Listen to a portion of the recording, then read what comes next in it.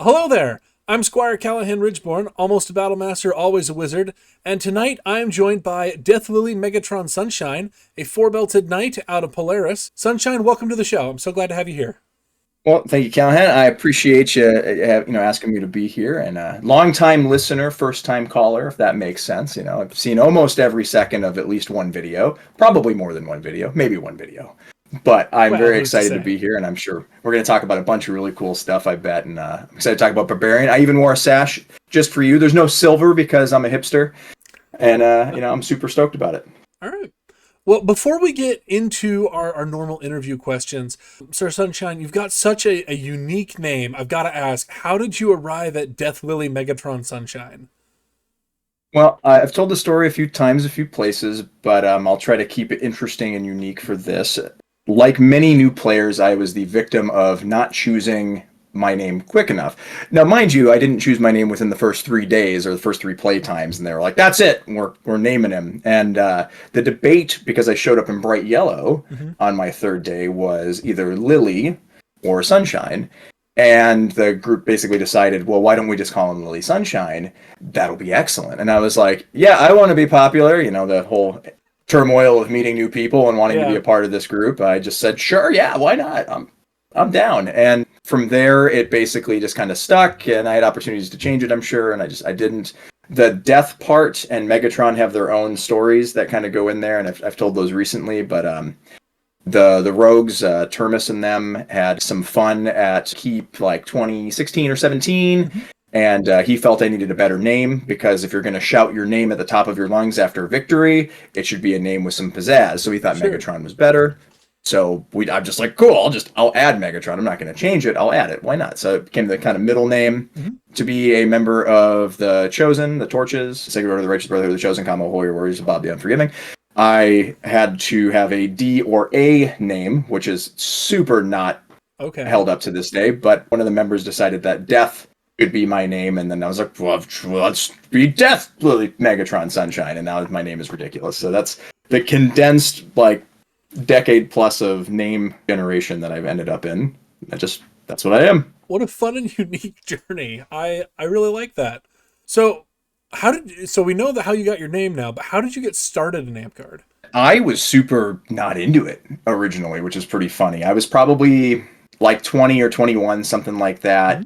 Been playing lots of, first person shooters, Magic the Gathering, just all of that stuff. This is circa like 2011, approximately that time. And some friends went to an anime convention, Anime Detour, here in Minneapolis, Minnesota. And they saw people doing this LARP thing, hitting each other with sticks. And it was one of the groups out here that's defunct now, but a lot of the old heads are still kind of floating around, just, park name changes. My buddy and my other buddy basically came, and they're like, hey, we saw this thing at this convention. You got to come check this out. They get all dressed up in dresses and hit each other with sticks. And this is like 2011. And I'm like, I don't know that I want to do that. That sounds weird. So I was pretty close-minded to the concept of, now they didn't sell it to me as medieval attire and warfare. They just said they get in dresses and hit each other in the park. Right. And I was like, that's unusual, and I don't know that I want to do that. So I was pretty close-minded, and I put it off for a long time. So then it rolls around to 2013, so maybe it's 2 years. And I'm like, sitting around on a Sunday or Saturday or something doing nothing, and those two guys that had gone to this and tried it a couple times since then, because I just blew it off, they didn't invite me, they roll up to my house, they're like, we know you're doing nothing, you're coming with us, we're going to the park, and we're going to hit people with sticks. And I was like, okay, friends. And I got kidnapped and brought to Amtgard, and I checked it out, and I've got long stories about that first day, but I saw the fun that this game could be, and then pretty much immediately got hooked, and I started playing relentlessly for the last 14 years. I think this is year 14 or 15.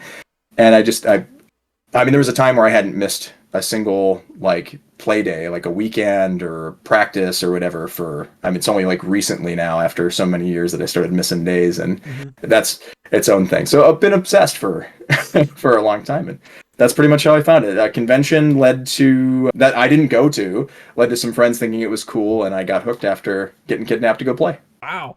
Do any of those friends still play? Yeah, one of them, Mark, his name is Hercule, like Hercule Satan for Dragon Ball Z, which is cool. He plays out in the Celestial Kingdom, San Antone, Texas.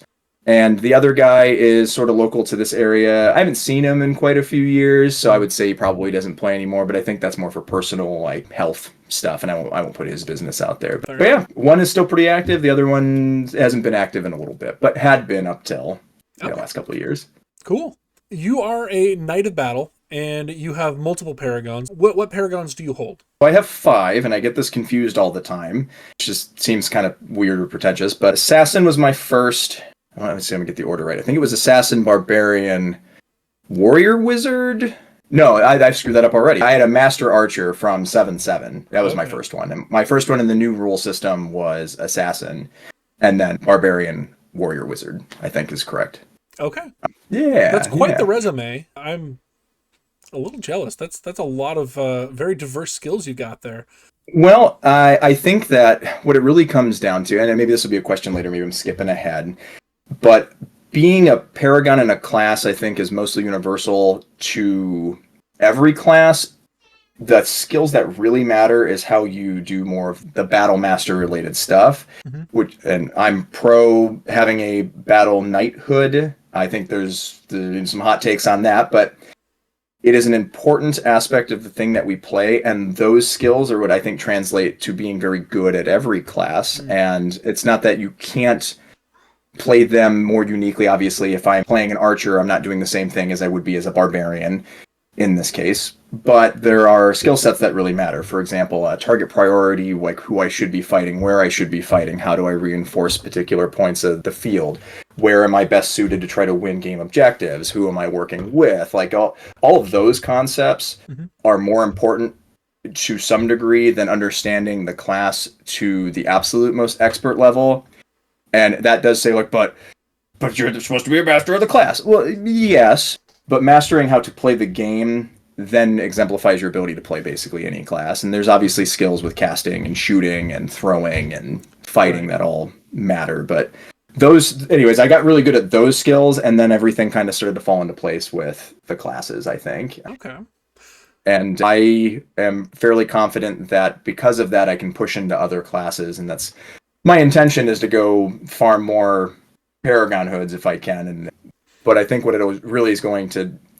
The problem now is I need to find a way to differentiate that I am just a decent player on the field. Not just a decent field, I am also very good at the class, and then, make the class shine and not just be like, well, he's a warlord, so, there's like the warlord thing. Like, well, yeah, but you can still be bad at class games and be a great fighter. That does exist. Like, that's totally fine. I've met many, many great fighters, and I'm happy to name drop some of them if you want me to, because I think it's pretty funny, that are just objectively less good in a team-oriented type of activity versus being able to spar very, very effectively, or fight one-on-ones in a very stellar manner. And there is some. It's no negative. The Wheel Company. I love those guys. They're mostly retired now. But like Anatole and Shion and those guys, for example, Dragonspine guys, phenomenal warlords, phenomenal sword knights, very, very good fighters, extremely good. But watching them team fight, even in like a ditch setting, is one of the funniest things ever, because they all want to be the hero, and it's funny to watch guys that work really well together then win in those kind of scenarios and stuff, even though they're really top tier, phenomenal guys. And I'm not saying they couldn't rise to it, because they are extremely good, and I'm sure that they would, but maybe that's more of a passion thing. I won't speak to their personal stuff on that, but yeah, I get that. I've known a couple of warlords that I could never even tag a limb on, but as soon as you start casting at them, they're done. And right, and a lot of the old heads, even, bless their hearts. I love the old head guys. Without their inspiration, I wouldn't have tried to push to be as good as I am, or to be as invested in this game. They aren't as invested in the class game, and so when they do try to participate, they miss some stuff, and that happens. And I don't mind people missing abilities or missing incants or mispronunciations on them. I try to understand, like, we're all here to have fun, and like that's what matters first. And okay, a great example, and I love this example, returning from insubstantial state for Assassin gets messed up. Oh, chef's kiss. Every single one is I return to the physical realm every single time. And like, look, I don't want to ever harp on a kid for goofing it up. I know what they mean. I know what they're trying to say. They believe it in their soul that it's right and they're in the moment. Mm-hmm. It's return to the physical world. That's okay. Gentle correction. They still get their ability off. Who cares? Let them go. Let them play. There's no reason to bog them down with a simple misstep. And it's a great teaching opportunity for anybody who's involved. Obviously, we're not here to talk about assassin, but that kind of thing it just happens all the time. I gotcha. Sort of refocusing for a minute. What is your favorite type of battle game? Well, one that's run well is probably my favorite type. And that's not to bash on our poor volunteers. My Flame Knight stuff is for Smith, is for game design, for running games and everything like that. I'm pretty passionate about how game balance works and how the games are, should be run and like what makes good games. So I'm very invested in that. I think that also helps me be better at playing the game in general, understanding like what makes a good game, how to, I don't want to say abuse like the mechanics, because then I feel like we're starting to like toe the line of I'm just cheating because like, aha, the game designer definitely missed this. It's my time to shine with a cheeky little thing that they screwed up on. The right answer for anybody who cares is go ask the game designer, like, hey, I think I can abuse this. Is that all right? Was that intended? Was that not intended? Do you want me to? That's at least the respectable thing to do. And if they're like, oh yeah, hey, I totally missed that, please don't do it. Congratulations, you found the loophole. Let's just go play the game and have fun and not worry about that. But anyways, I digress. So favorite type of game, when I say one that's run well, you're never going to get balance right every time. It happens. But I like to see terrain, whether it be natural or constructed. I think that just brings another level to play, and the amount of people pushing for Paragon or people who have Paragons that complain or at least express that the terrain made their lives harder or easier, depending on how the terrain is set up, is fascinating to me in game design. Because normally I would think if you're playing a wizard or an archer or a class that shoots, I should generalize to that, or even one that's just you're primarily trying to throw weapons like assassin. Let's just say you want 50 small thrown weapons. If you have chest-high walls that you can throw and fight over, cast over, that I feel like should almost always be a benefit to the caster, the archer, the person who's using projectiles through these spells. But the number of people that have been tripped up that are playing wizards and archer or shooting class is pretty staggering, and I've always found that very fascinating. I'm like, I feel like this is great. This is the thing to abuse, but maybe that's the difference between understanding their class to a very high level and understanding the battle part. Maybe that's a distinction between being very good at battle gaming and being very good at your class, because they sling spells and they shoot great and they throw great. They do all of that great, but the terrain now threw a little wrench in there. It's more about understanding the battlefield than it is about understanding the class. So it's a small distinction, but So yeah, a battle game with terrain. I don't really care if it's capture the flag or node control or a bridge battle. I just want to see that it's not a flat open field battle. That is so boring. It's not that it's bad per se, because like open field fights are things that happen and they are things that will happen historically. But boy, is it fun when I have something to work with and I can pivot off of terrain pieces or get line of sight blocked or just whatever. Capture the flag is more fun when it's not an open field, right? Like, just it's immediately enhanced. Like every game seems to go up because of terrain. So my specific favorite one, I can't really nail it down. I want balance and I want cool terrain to play on, and I think that's just bee's knees. If you had to pick a favorite terrain to put on a battlefield, what would you put on there? Oh, let's bring it back to like Gears of War. I want like waist-high walls everywhere. I want to be able to vault them. I want to be able to hide underneath them. Like, just, hey, if I learned anything, I just need to have armor like on my shins, and the armor that I want is my terrain to protect my legs or something to that effect. That would be so cool. I really wish that we could, like, as a kingdom, buy like a 5-acre piece of land somewhere and plant a maze.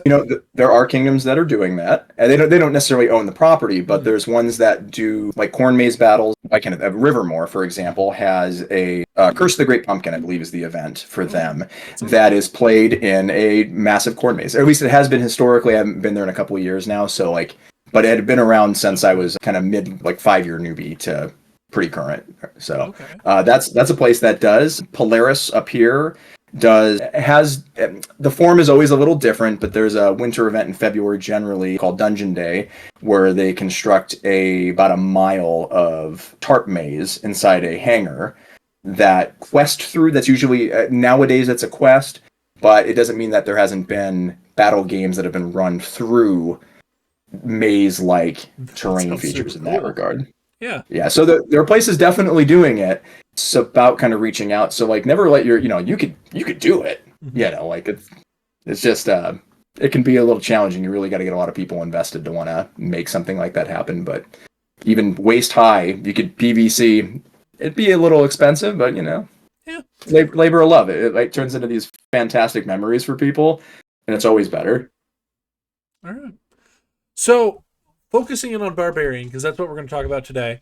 What made you start playing Barbarian? So, I mean, I've been off and on Barbarian for, as long as I've pretty much been playing, right? Like it's Barbarian. It's just a classic kind of D&D fantasy class. It's just they are who they are, and they in 7.7, I liked them because you got like 2 points of armor and you didn't have to have armor. And that's ancient times for anybody who's playing or has only grown up in V8 or 8.5 or whatever here. So like we won't dwell on like old Barbarian too much. Like that's ancient Barbarian now.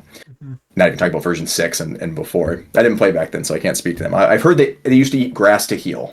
Yeah, that comes up a lot. I'm like, I'm glad we don't do that anymore, because that sounds...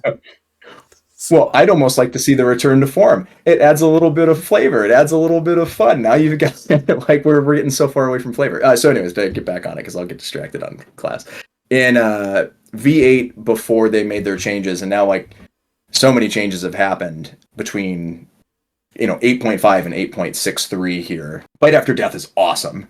I loved Fight After Death. That was the bee's knees of effective Barbarian play, especially if you could do it well. And I feel like I did it pretty well. But it had applications on every level of play and basically every skill level. A player who isn't as good as the Warlord in, let's say, 4 points of armor, and the poor Barbarian kids at like 3 warriors doesn't have much of a chance generally. I mean, Berserk helps balance that out, sure. But they got to Fight After Death, and they could take them with them. Maybe they even take other people. It was like a guaranteed, I got to beat a Warlord, or a Battle Knight in this case nowadays. And like, it was excellent. It could break lines, it could open up points, it could open up control points, it could help open up flags, it opened lanes. Phenomenal ability, and for me, I loved it. It was thematic. I loved that it let me get out of not get out of bad situations, but like, oh no, the situation went very poorly. I can make an impact for my team.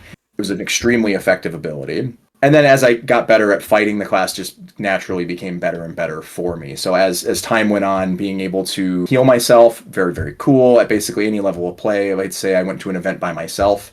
I don't always get the healer, right? I don't always get somebody to come and make sure that I'm healed. And if I was decent at fighting, I could generally heal myself. And so it was pretty self-sufficient, and I could get a point of armor out of the Blood and Thunder and keep myself kind of just going and playing. So my KDs were usually pretty good. And Brutal Strikes being, once they made it, once they gave them it, gosh, my timeline is so hard now on like when this stuff has changed.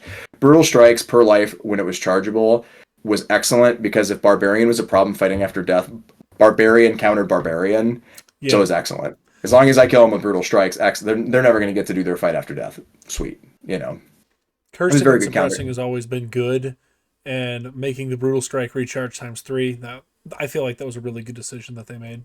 Yeah, it was really, really stellar. And I just didn't mind that I didn't get enchanted, because they weren't able to receive enchantments. So I'm just like, okay, the class is good. It's got immunities, like that's fine. It gets access to good weapons.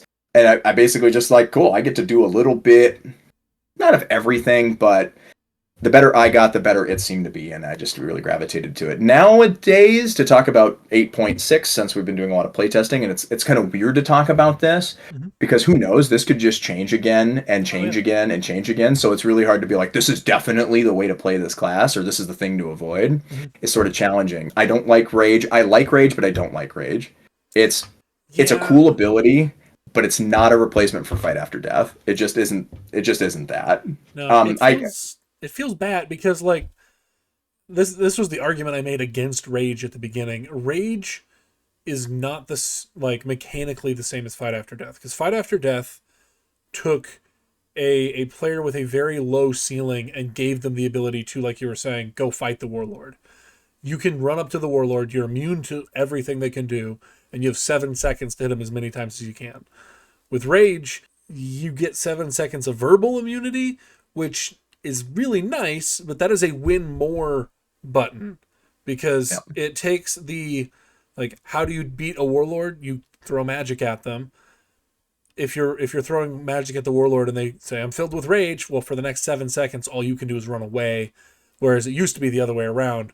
Like, a Yeah. worse player could be a threat to a really skilled player by coming at them, where now the ceiling for rage is much higher, but the floor is significantly lower. I can think of the players in my kingdom, and even out of kingdom, I can look at somebody that's a barbarian, at least when they had fight after death, and go, am I going to kill them and die? Is that what's about to happen? Are they on a fight after death life? Or, how many do they have left? Like, where are we at with this? Mm-hmm. And are they about to send me back to Nirvana? And that is a strategic thing I had to worry about. Now they go, I feel with rage, and I like hit them, and I'm like, all right, cool, they're dead, and I can continue on with my way. And again, that's very whatever. It's a skill related issue. And what I'm seeing now when people try to use rage, I think they misuse it some. I know this will be another part of this conversation. We actually get more into this, because this is just like, why do I like barbarian? Why do I play barbarian? But my goodness, rage is used like it's fight after death, and it's not fight after death. And that's maybe a growing pain that we could sort out with time, but it's not intuitive. It doesn't seem intuitive. The real smart players, the people that are very invested in like competitive card games, we use it like a counter spell for anyone who plays Magic the Gathering. Oh, you're going to cast at me. Okay, cool. I'm filled with rage. That has its problems as well. We can talk about that later in this. But yes, to put a cap on this, to come back around so I can keep myself in check on this. Barbarian became a very attractive class because it was good at park level, it was good at kingdom level, and it could be very self-sufficient for what I want to do and how I wanted to play. Okay. So one of the things that I think Barbarian has a problem with right now is it struggles to be unique. And I blame Paladins and Anti-Paladins for this, because before Anti-Paladin and Paladin were opened up to everybody, I do think it was a good thing they opened it up to everybody. But when they opened up Paladin and Anti-Paladin to everybody, it seems like people who are playing Barbarian now are playing Barbarian because they need to get it to level 6 so they can go play Paladin or Anti-Paladin. And Barbarian is just worse at armor because they only get 3 points instead of 4. They don't have any offensive verbals. They get arguably worse abilities in every way. And their immunities, I would say that their immunities were more relevant when you had the warriors, because you had to make a trade-off. You had to pick between having command immunity and having 6 points armor. Now you can have command immunity and 4 points and another immunity. Like, it seems like Barbarian has been left in the wayside a little bit. How is Barbarian maintaining its uniqueness, and what is the draw for a new player to play Barbarian now over these other classes? I mean, frankly, there isn't one. And I hate to say that, because that's a super big bummer. It used to be like, what an easy class to recommend to a new player because it had immunities. That was one of the easiest things. Like, cool, level 1, you get to interact with armor.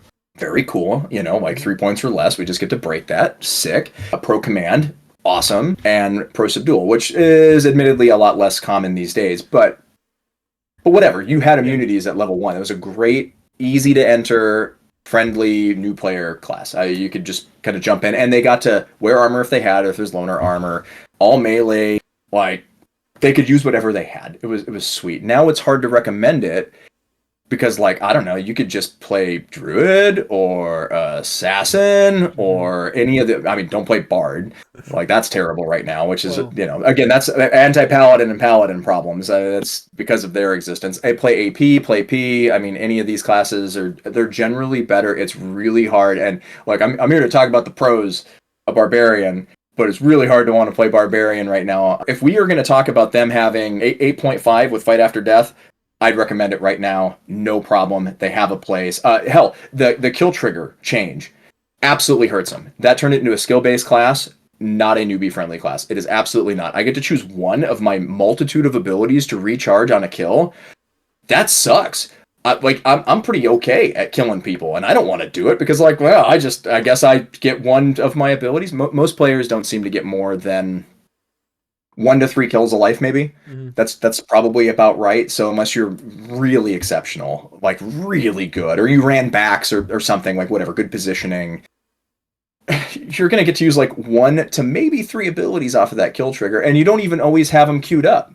So I might get a kill before getting hurt. I had armor on or something. I'm not going to get to adrenaline. Maybe I didn't use any of my other abilities in that particular exchange, and then I die to something else. I'm like, okay, just don't really have access to getting my abilities really running without being really good at fighting. And look, I'm not saying that nerf was necessarily intentional for Barbarian, but it really hits Barbarian with the way that they're designed for 8.6.3. Well, and there's some problems with the Barbarian class, and I think now's a good time to kind of bring those up. I think Adrenaline is bad, and it is, yeah. It's bad because if I'm wearing 3 points of armor, by the time I've chewed through those 3 points of armor and taken a wound, that feels like time to, find a friend or something, because Adrenaline's just... Well, it's even more awkward than that. When they made great weapons, the change to 48.1 to 6 foot swords, 2/3 padded, able to crush break when wielded. Well, now my 3 points means basically nothing. I'm now losing my 3 points more common in more common engagements. Basically every class, not every class, but there's a ton of classes that get access to 48.1 to 6 feet weapons that now crush break on and they're competitive. Because they're not big, fat, ridiculous, swords anymore. They don't have to be. And not that there wasn't competitive crush break weapons. There's plenty of them, of course. Most of the Beldag ones that cross game in it that hit 4 inches are great for this. But that's just another it sort of pseudo nerfs armor, but it also again nerfs Barbarian because we're at 3 points. And this is not me advocating that they should have more armor to try to balance this. I don't think that that's the right balance either. I will advocate for 4 points for Barbarian. Mine would be very simple, and it's more about reverting the class. I get fight after death. People felt like it was dangerous, but look, if people are playing inappropriately on the field, we address the player who's playing inappropriately. I can shoot an arrow inappropriately. We don't go, oh well, Archer is dangerous. Well, Archer is dangerous, but we don't necessarily say that Archer is the dangerous class. You don't ban the class, or change the ability. You don't shoot arrows anymore. You address the player who's playing inappropriately or using the ability inappropriately. That's the idea. We are playing a contact sport, where we run around and run into each other sometimes. It happens, even without using fight after death. Because people are still trying to use rage that way. That hasn't really changed. It changed a little bit, but not much. They dive in with rage and hope. Yeah. And that is also a problem, because rage just does not do what fight after death did. And that... No, it's just not good, because good casters, if they're really thinking about this, they start their identification of the player. If that player is gung-ho, and this is what I see most of the players do, and it's probably because they're not thinking about it, or maybe it's new, it's growing pains, whatever, there's a lack of experience here. They immediately go, I am filled with rage. Right. And they start their count, or they don't even start their count, they just screw their count up.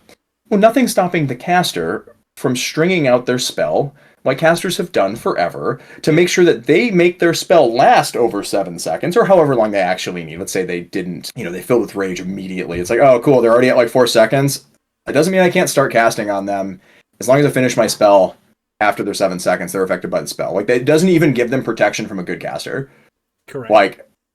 That does nothing. It's a nothing ability, but they gain crushing. I already had crushing for my weapons. I'm just using a crush break weapon. Yeah. It doesn't make them any more of what they were, and rage is a cool ability for a different class. That's what rage is. Rage would be a sick ability if you were going to make a replacement on Anti-Paladin or something. Ooh. They should have rage. That would be sweet. That'd be spicy. I like that idea. If they were going to shuffle some things around, rage just not quite there. That's all. People have talked about changing rage to make you immune to wounds, but it's just fight after death with extra steps. Yeah.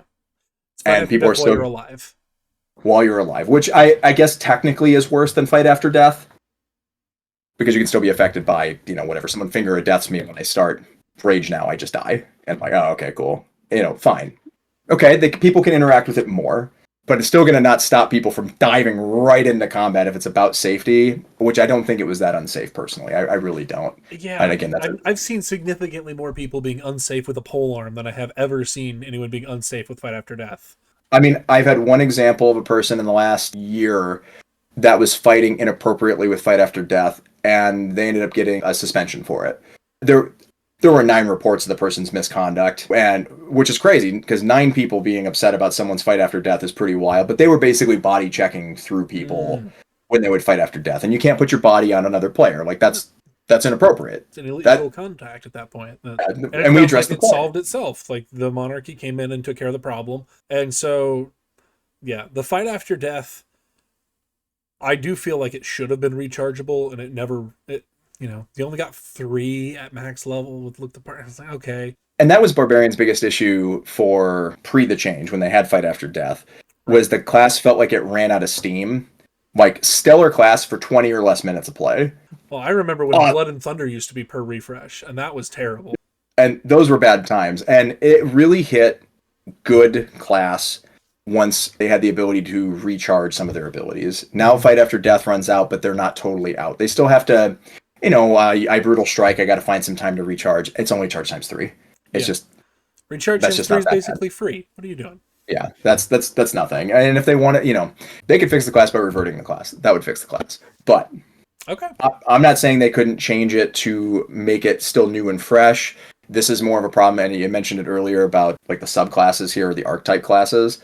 They should be addressed. They're pretty underwhelming at the moment. I think they're on the right path to being interesting. Like, it's fun, but it's not good. Like, it can be fun, but we'll it's circle not. back around to the archetypes in a little bit here, but I've definitely got some spicy takes on those. But I want to circle back around to get us back on track a little bit, because we've gone down some lovely rabbit trails here and predicted some of the future questions. So, what role on a battlefield does Barbarian fill best? It fills fighting one-on-one right now.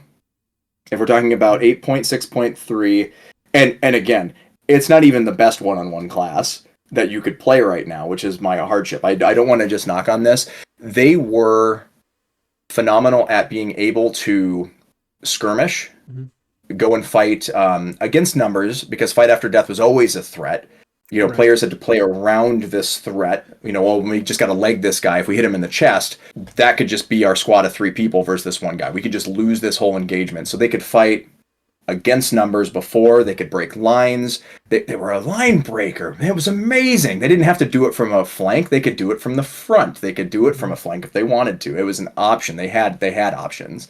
Now it's very challenging. I feel like they want to be like a pseudo assassin where they try to fight casters, but casters are rarely ever alone. They usually have somebody. If the caster's playing smart, they're gonna float around lines or float around a buddy or do something so that they don't just get run down. So rage gets kind of thrown out the window here. All their abilities are on basically, I want to kill somebody to do it or to recharge it or what have you. Yeah. It's now skill related. I complain less if I could still proc all kill triggers off of 1 kill. Like, there was play around this ability. Like, there's been plenty of times where you're in the mix, you get your kills, there's people outside of 10 feet. I'll make sure to just preface that, because I'm not doing it within 10 feet. Where someone wounds me with wounding or something, and I'm like, oh, sweet, I'm within 30 seconds of that kill. Adrenaline, I haven't used it yet. Boom, I'm just like right back on my feet, and they're like, oh crap. And being able to stagger these abilities is sweet, but you got to be able to kill, and then it's so what role do they fill right now? I mean, I guess they can get enchanted. Like, that's cool. They could go fight with a pole on the line. They could fill that. They can be in that role, but we have a surplus of classes that fill that role right now. So, but what about having breaking all the time? That's a great question. So does like everybody, because of 6-foot polearms. Right. So I can just be more heavily armored with a different class and have more immunity, or different immunities, or more immunities, or better immunities. And I don't want to just seem totally disparaged here. And I will say that if they make changes, because this is not a permanent thing here where we're at with the class, if it was a reverting them to 8.5, and maybe they make some changes, maybe they still don't get fight after death. Okay, fine. They don't have fight after death, but they can still trigger their abilities. Cool. I feel better about it. Like, it's still hard, but it's still better. And I don't know, fight after death is great. They were so good. They were so amazing. Yeah. They were a great class. It's in a weird spot where Monk feels like a better barbarian than Barbarian, because they get 1 point of worn armor now. Like, 3 is basically 1, and if you don't have more than 3, bummer. And I don't know how it is in Polaris, but out here in the Rising Winds, it feels like shields are at an all-time uselessness because there's so much shield crushing out there. We're having the opposite problem, where harden and imbue shield have become so prevalent that shields are seeing a big resurgence, because they're making sure that everybody's hardened, everyone's immune to command. And that's just like what it's turning into. And so maybe the kingdom here has ended up a little ahead of the curve on retaliating to the polearm change. And just been like, yeah, because like we've been just as a kingdom, they're just like, hey, we're gonna start doing 6-foot pole categories because of the new poles. So now everyone's like, oh yeah, I need to make one. So everybody has one. Oh yeah. Like that is just so common. And the response I think from the battle gamers has been, well, Paladin Imbue Shield is really good, so we can just do that. Or even Warrior, like in the past I would have said it's usually a huge mistake to take a hardened shield because you're just getting engulfed and stopped. It's better to, use a pole or 2 swords or some combination of things and eat all the spell balls on your armor for Ancestral. Whatever, right? The shield was always a negative unless you had Imbue Shield, blah, blah, blah. But it was, I just hardened my swords. But now, yeah, hardened shields kind of got that big resurgence here. That's what at least I've kind of seen up in this area. Okay. And everybody's hardened. What other kingdoms are doing then? Because it seems like I've been seeing if there is somebody with a shield, they have to have something on it, or it's no good. And so if you see someone with I play wizard primarily. If I see someone with a shield, might as well dispel them because they got something. Yeah, I mean and even then they become dispel targets. Right. Like, oh, cool.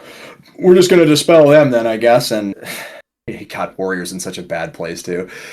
You don't even ask anymore. You just dispel them and move along. They either get dispelled or they're now the target for every command spell because some of the kids are like, I'm still gonna play Bard and I still have a trillion command spells, but I have no targets. But that Warrior I can sure target, and then the Warrior just doesn't get to play because they're the only one. They just get. It's so hard. I could talk endlessly about the pros that was 8/5 Barbarian, minus being able to be enchanted. Didn't really need it. It was fine. Like, it was a good class. It was solid. It had a good meta. It helped balance. It helped balance against Paladin and Anti-Paladin because it could fight Paladin and Anti-Paladin. Yeah. Even if they lost, fight after death, huge, extremely good, very powerful. They will absolutely get them. And they had a little advantage. Then the pole arms came, and that's pretty common amongst the AP dudes to be fighting crush break poles. Yep. And now you're kind of at this like, well, yeah, I guess I only have 3 points, so I still have to hit them more now, so I probably lose that engagement. It's just really, really tough out there for poor Barbarian these days. But park level, they're absolutely fine. I do want to preface that, I suppose. Like, you can still play that class in your park all day if you really want to role play into it. That's great opportunities for you to do that because of just what it is. There's a really cool dude I'll throw a shout out to. He's in San Antonio, Texas, and the people who know him will know him. He fights essentially shirtless in furs and a loincloth. Yeah, it's not quite a loincloth, but it's pretty much a loincloth. Okay. He's a pretty fit dude, and I mean he roars and he rolls around. He's fighting dual long swords, having a great time. Super sick, really role playing into the class. Doesn't give a hoot that it's not super good right now. However, I did see at Spring War he was playing Druid because Druid's better. But what do you? Man, everybody's abandoned the class. Pretty much what it's come down to. It's disappointing. I've said it before and I'll say it again. Druid deserves less. Well, Sacred Blade was awesome. Sacred Blade is a much needed thing. I just wish that more people could have it.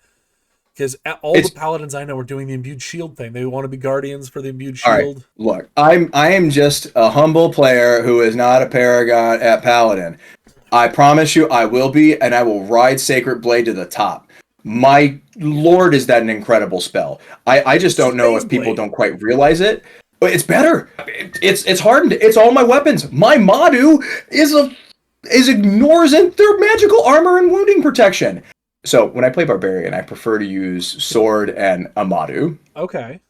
It's all your weapons for Sacred Blade. Okay, so all my weapons are hardened. The shield face isn't hardened on the Madu, but the blade portion is. So a regular arrow doesn't destroy it by shooting that anymore. They got to break the shield now to break it. So I now have 2 weapons.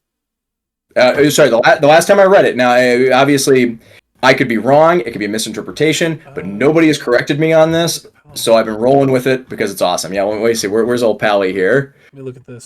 Sacred Blade. Bearers wielded weapons are affected as per Harden. Melee weapons and any... yeah. They made an enchantment now. It used to, So when they first came out with it, it was like a 7-second thing, like Rage. But now, oh my word, this no, is so no, good. yeah, you haven't seen it since it's enchantment. Oh yeah, it's an enchantment, buddy. Like it's per nuts. harden. It's per life harden phase Oh blade gosh, this is so that good. ignores wounds. It's too good, and nobody seems to get it. So the surveys that have come out so far, they think people are saying it's just fine, not underpowered or anything like that. It's just fine. No, it's not. It really isn't. So check this out. This is I'm sure you've seen people do this, but Deathlilly, imbue shield. What do I do about the spell balls? Let go of your shield. Just throw your shield at spell ball. You don't have to throw it, but within the confines of the rules, let go of your wielded piece of equipment, let the spell ball eat it, pick up your shield, kill the player. I have imbue shield all the time. I'm always imbue shield because I just let go of my equipment. Obviously not strapped to my arm. We're talking about a Madu, a punch shield that I can let go of and I can use in the manner. I'm not throwing it or flinging it, letting it go in the confines of what is legal in the game. Excellent. I can block arrows freely. I don't have to worry about my Madu getting destroyed, except for the ones that destroy the shield portion, not the dagger portion. It's amazing. Paladin, so Inquisitor, is the new Barbarian, and that is what you should be playing instead. Wow. Okay. Cowabunga. And it's per life. Why is it per life? Why is it not per refresh? Why is this a per life stronger ability? than anything Barbarian gets at all. It's incredible. It's so good. And right now, I will preface this. It's a little bit of, I have a skewed opinion as a decent fighter who's pretty good at killing players. I understand that the average player, whenever they did the survey last, and now it's been a while, the average player was at like 3 warriors or something like that. You'd think that 5 halfway is the average is 3. Okay. So if the average is essentially whatever we picture as a third order of the warrior person, if they have equal fights, say generically, with someone else that's at 3, they're not going to win that every time. But you know who they're going to beat a lot of the time now? Druid. They just kill Druid. Druid just dies. Which is like Druid is so strong already. Give somebody Phase Blade. Let us fix the problem. Or assassins who decided to go with no armor, but they're going to have magical armor. Cool, Phase Blade, don't care. I should say Sacred Blade. It's different.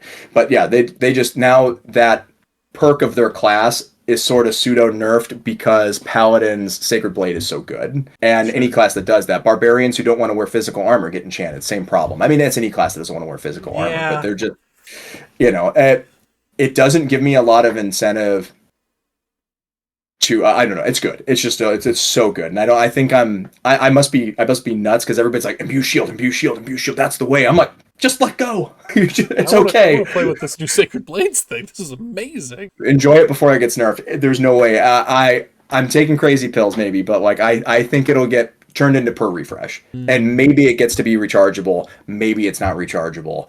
But that would be the way you balance this incredible ability. And maybe you then have to adjust the way that the archetype works to where they aren't as restricted. Maybe they don't lose use of what is it, Resurrect here, I think, when they play Inquisitor. Greater Resurrect and awe. Maybe they just lose greater res because Aw's command and there's a lot of immunity to command, so it's not very powerful right now anyways. And so maybe they a rebalancing of our immunities too. Like they should switch Paladin and Anti-Paladin to Subdual instead of command. Boom, done. Problem solved. I mean, I've pitched this before, but if you just take Barbarian and make them immune to Frozen, just flat out immune to Frozen, take command. That was the only thing. That was all I was scared of. All I was scared of in the past was Frozen. Yeah. That's the only like people can use stun, but stun was at such an it just didn't come up frequently enough for me to ever worry. Like people would threaten it, but it'd usually be classes that were restricted, like healer to like 4 of them. If somebody happened to, was it 4? Maybe it was 2. I can't think of the numbers right now. People can correct me on that. But whatever. I just know they don't have that many. And if it's not a game where my lives matter, and they want to threaten stun, I'll force stun. I'll make them have to stun me. And sometimes if I was quick enough, at least in my youth here, to catch the caster trying to stun me, I got a free shot. And if I got to brutal strikes them in the leg, let's say as an example, and stop them before finishing the cast, they just lost. Like they're just dead. You're done at that point. What are you going to do? I mean, usually I aim for the hand anyways if I can, because if I take their open hand, then they screwed up the casting anyhow. But either way, brutal strikes is a good answer. But anyways, force the stun. Let them stun you. Okay, cool. I'm dead. I'll be right back. And asking, how many stuns do you have left? Ooh. How many stuns are on your list? That's and just a eat them. threat right there. And like, look, maybe that's a little cocky, but like that's part of being good on the field and understanding, because so many arguments come from not knowing another player's spell list. Obviously, I can't know every player's spell list. There's just no way. There's too many players. But if I'm going to engage with the same person several times, like, hey, how many do you have left? 3. Okay, cool. You know, you don't have to be an ass about it, but you can be like, you know, well, how many do you have? I guess we're all right. Cool. You're out of stuns now. Now I know I've got freebies. The only time to not eat the stun, I guess, is if you don't get anything for it. Like, you don't want to die on the way in and they don't finish the stun. Like, that's all you've done is die for nothing, and like that sucks. If you had fight after death, I suppose if someone could kill you pre them stunning you, and the timing was good, you could fight after death in. You know, but we don't do that anymore. And obviously now with rage, you just try to rage at the right time to not get stunned anyways, and you just adjust for that situation. But just dragging out syllables. And if I'm on like the 5th second of this thing, I'm getting stunned. Unless I can pop rage again in time between triggering other effects. It's just made it so. Try to chain rages. That could be a thing. I mean, you can also stop your rage. So if we want to talk about how it's not bad, I am filled with rage. 1, 2. They start casting. Stop chanting. Stop counting.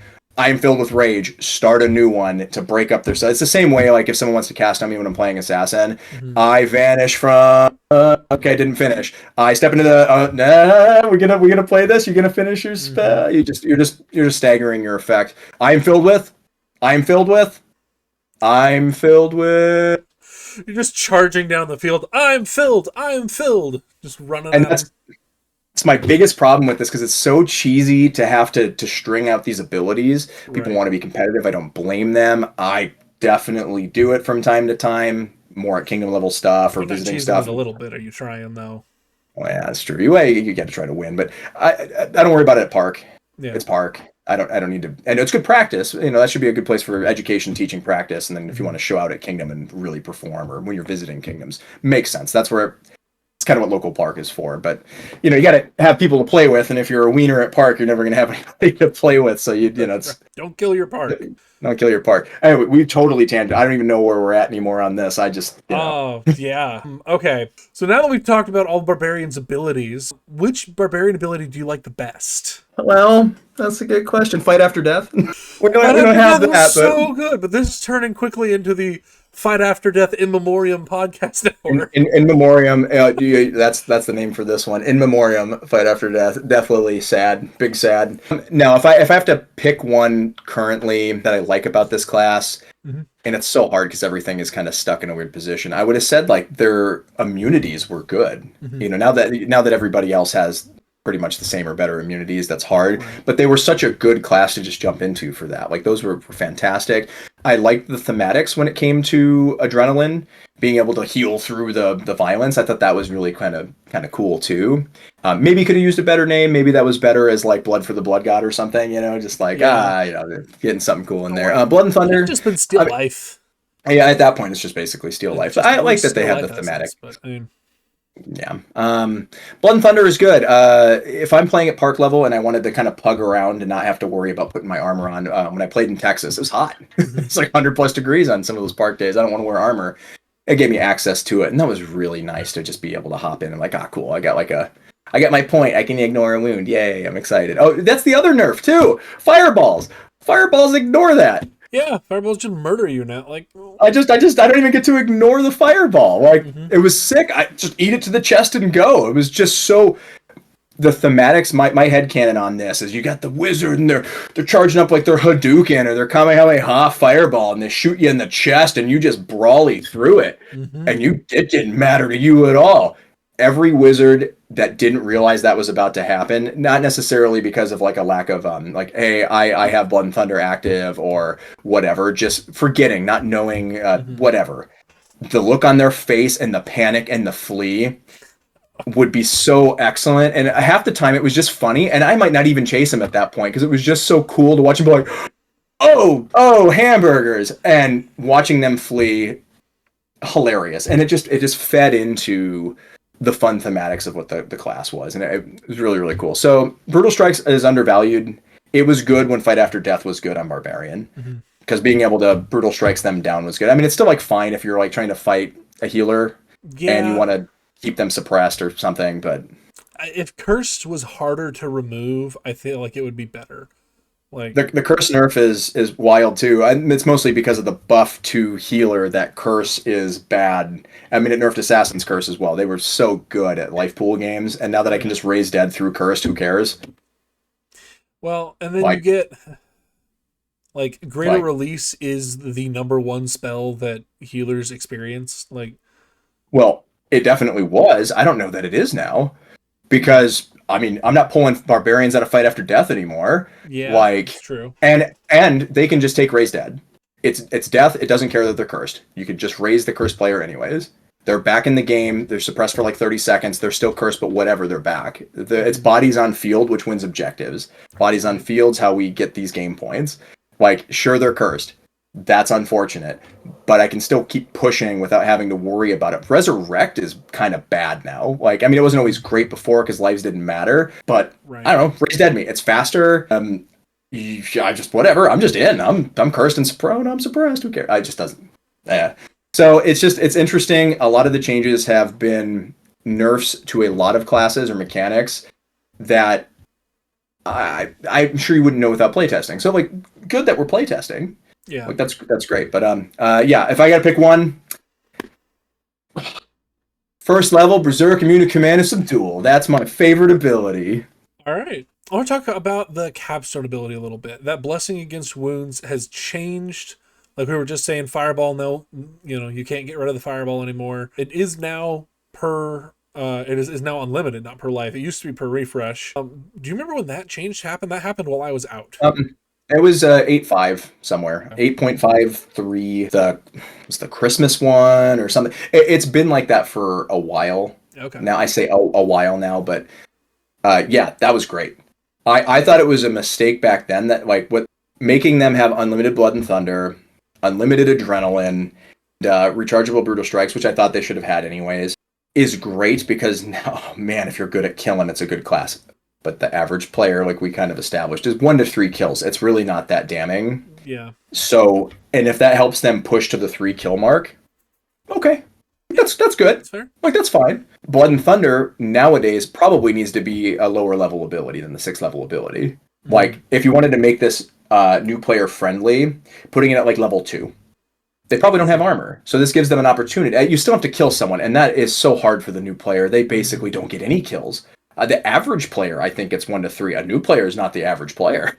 Right. And if you're, brand new, having to get a kill to get that single point that maybe you can chain into another kill, you're hoping to chain into another kill, they're going to have to use Adrenaline because there's no way they got their kill clean.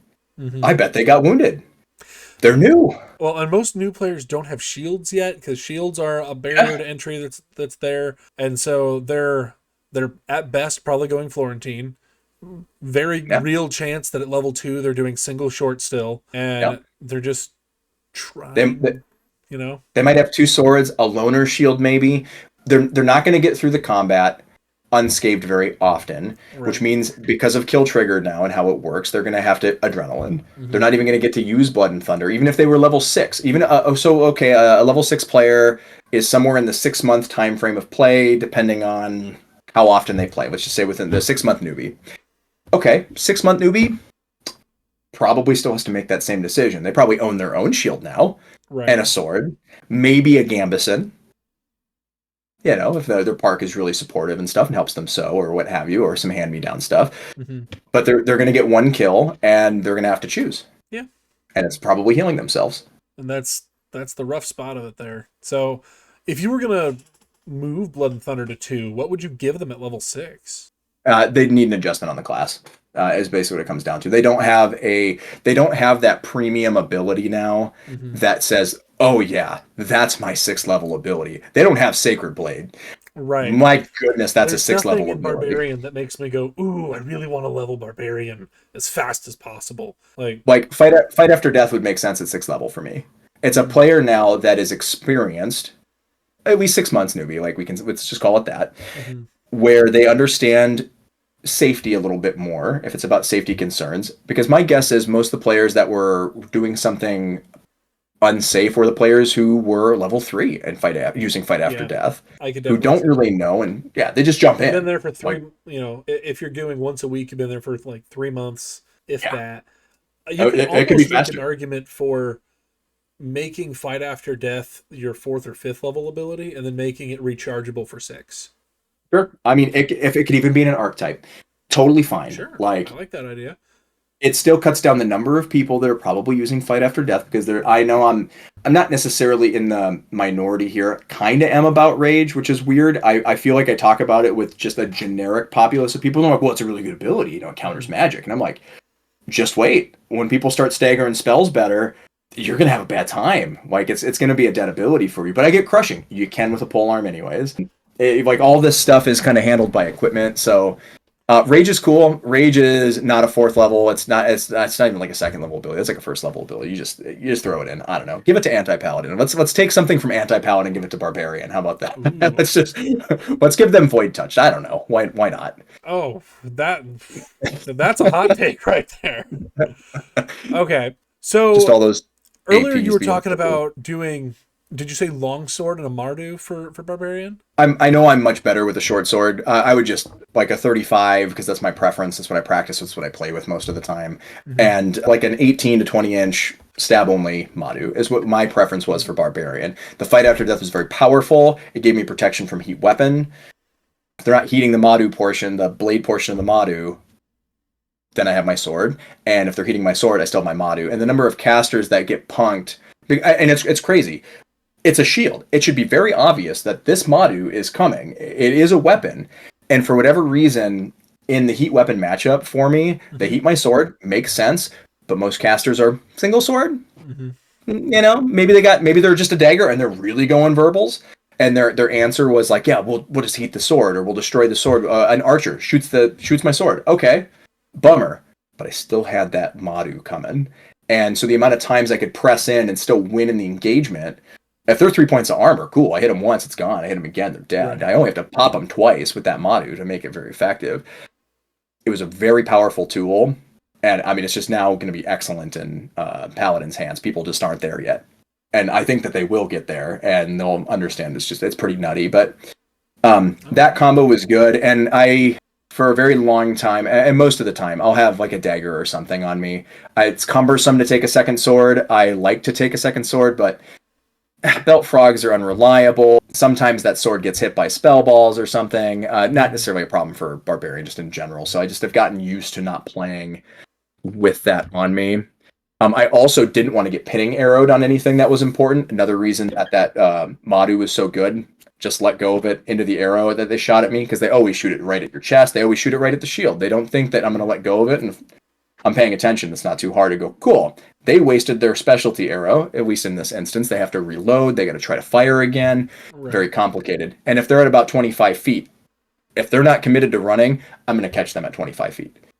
And that's where I think most people were taking that shot. If they take a freebie at me at 40 feet, I don't care. I'm probably not in combat. Right. A 40-foot pinning arrow or further, okay. Like, they basically wasted their shot anyways if they didn't kill me. If they hit my armor, like, that sucks. I don't want to get shot in the armor and lose all my armor up before I even got to combat. Now, someone's got to waste some mends on me, whatever. But that's just, again, target priority stuff. That's stuff that matters when you're playing in the game. But yeah, so sword, and I mean, you could go punch shield. The downside to punch shield over Madu, and it could be slash if somebody wanted to do it. I just found it cumbersome. So my preference was like minimum stab tips on both sides. Punch shield, small shield. Okay. So are you doing blade, shield, blade, or top and bottom? Okay. Because I'm not saying I will always down spike somebody, but I like the option if I had to. In the case of let's say we're really grind fighting with a heavily armored warrior, for example, we get into this sort of A-frame kind of combat where locking out their sword and their shield can be very challenging, and being able to butt spike them when they throw outside, if they go try to go up and around and I end up in this high position, I can drop my low spike, the bottom spike, into their body. If I'm wearing armor, which I'm wearing armor when I'm playing Barbarian seriously, cool. I can soak a shot into the armor if that's what happens from this, but I may have blocked one, got a free stab. Maybe I get caught, maybe I get back to guard while still trying to, simultaneously hit him with my sword. And then once I'm back into this and they pull back, the top spike now just drives into their ribs.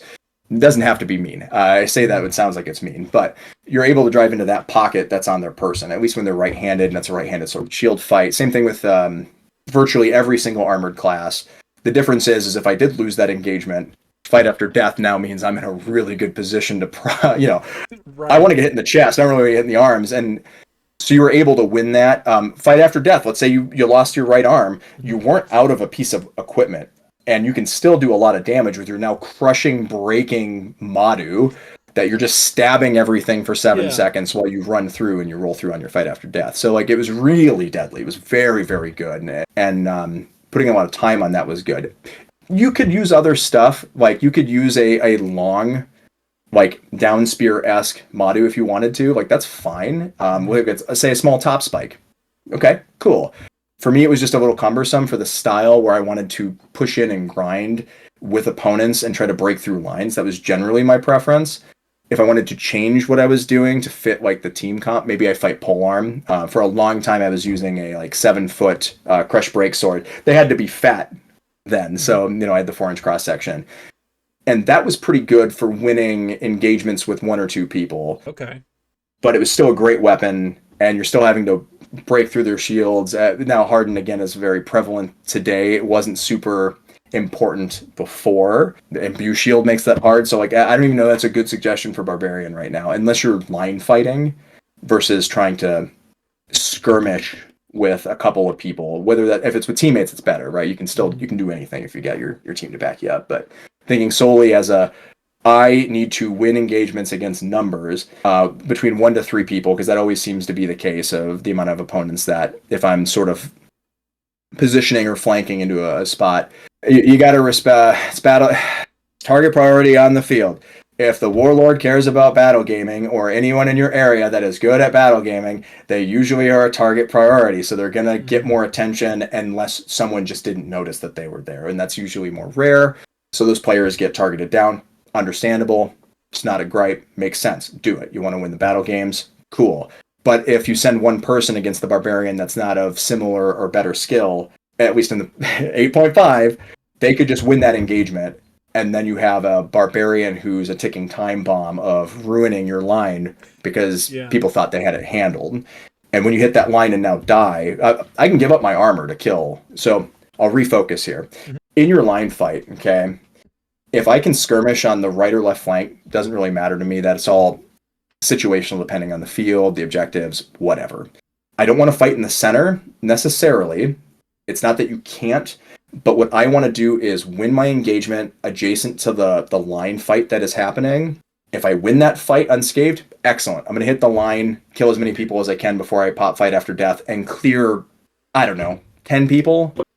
Unless I get released or something, like if everything goes pristine, chef's kiss, you're going to clear a line. Your team now won that engagement in a huge way, and everybody now funnels into whatever objective. And now, once you're there, I have 2 more probably, so I have the ability to go do that. If you send 3 people to stop the superior skill individual or whatever high-level fighter, 3 people should win. They should. They should win. I mean, if you are really Johnny on the spot and thinking about this, you probably have a good complement of classes that can handle. Icy Blast is a simple answer to this problem. You can spare someone who can go do that. Right. Well, with Rage, it's a lot less good, but against Staggering, send 2 people. The Druid will handle the Barbarian now, because the Barbarian's Rage isn't going to let them press in to get the Druid. Like, they're going to get frozen. They can try to chain their rages, but they have to chain rage while managing fighting an opponent while someone else is probably trying to cast or hit them. And that's very complicated. No fight after death to fall back on in case they die too fast for the spell to not go off. Then still clear those people. Maybe you're adjacent enough to that flank where you can get a couple seconds in hitting it to help your team push in. You don't have that. You don't have access to that anymore. So nowadays it's hard. Like that's where I want to be positioned generally, though. If I'm going to play the class, skirmishing, I want to take not too many friends with me to pull too much attention that we're doing it, but not enough to where we're dishonorably being sneaky. That's a personal gripe. That's not by all means, young players, new players, learning players, even high level players. If you want to do it, by all means, Cowabunga, do it. I want to earn my flank, and if that's fighting through it, cool. I don't want to walk so far on the sideline of what is combat / the battlefield and then walk in. It's a viable strategy. People do it. That's fine. Sure. It's just not for me. It's not my preference. I want to be, and anyways, I want to be closer to combat anyhow. I want to be able to hit that line and help as quickly as possible most of the time. Sometimes that's a long flank if things get, it's all situational, but I want to take it. I want to earn it. And if I take 5 people, how many people get sent to fight 5? Generally a lot.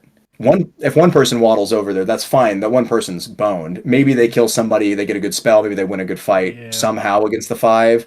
But if there's 5, we probably have a healer, and then like we don't really take any casualties here. That's just not going to happen. They probably send 4 or 5 or heck, maybe 10 if the game's big enough. Yeah. And that's too many. But if you roll over to a flank with like 2 or 3, even if that one of the 2 other people is really slick, still only pulls about equal numbers. They still only send like 3 because that's even, right? But it's not. But it's not even because you have higher caliber at that point. Because, look, I mean, people like Warecasters doing, they don't necessarily want to have to leave the front line or adjacent to where this big fight is, where they are really powerful because they've got so many bodies to protect them while they just lay in verbals, push people down and keep them out of the game.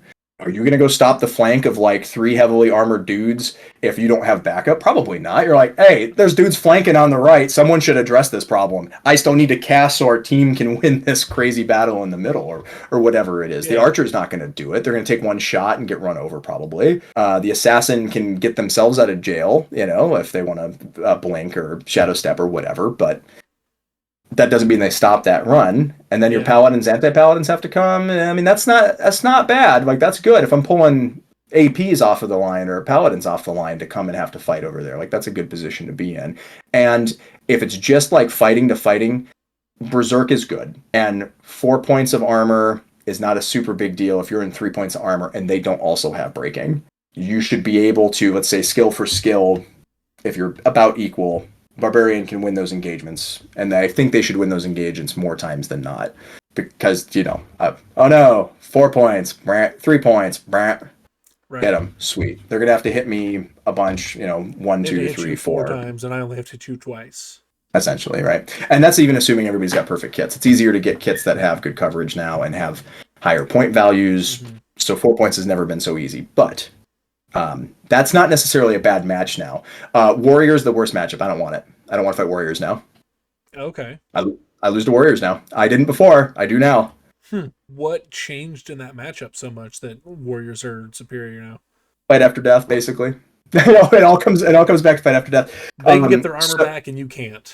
they can get their armor back, so they're probably at high value points of armor. If they're at 6 points ancestral, that is a hard life to fight into. But when it was something that was pretty limited, because I believe now they have it as rechargeable or some nonsense, right? Like, don't they just like have access to more ancestrals? I believe it's recharge times 10, but I can look that up really fast. Ancestral armor 3 per refresh, recharge times 10.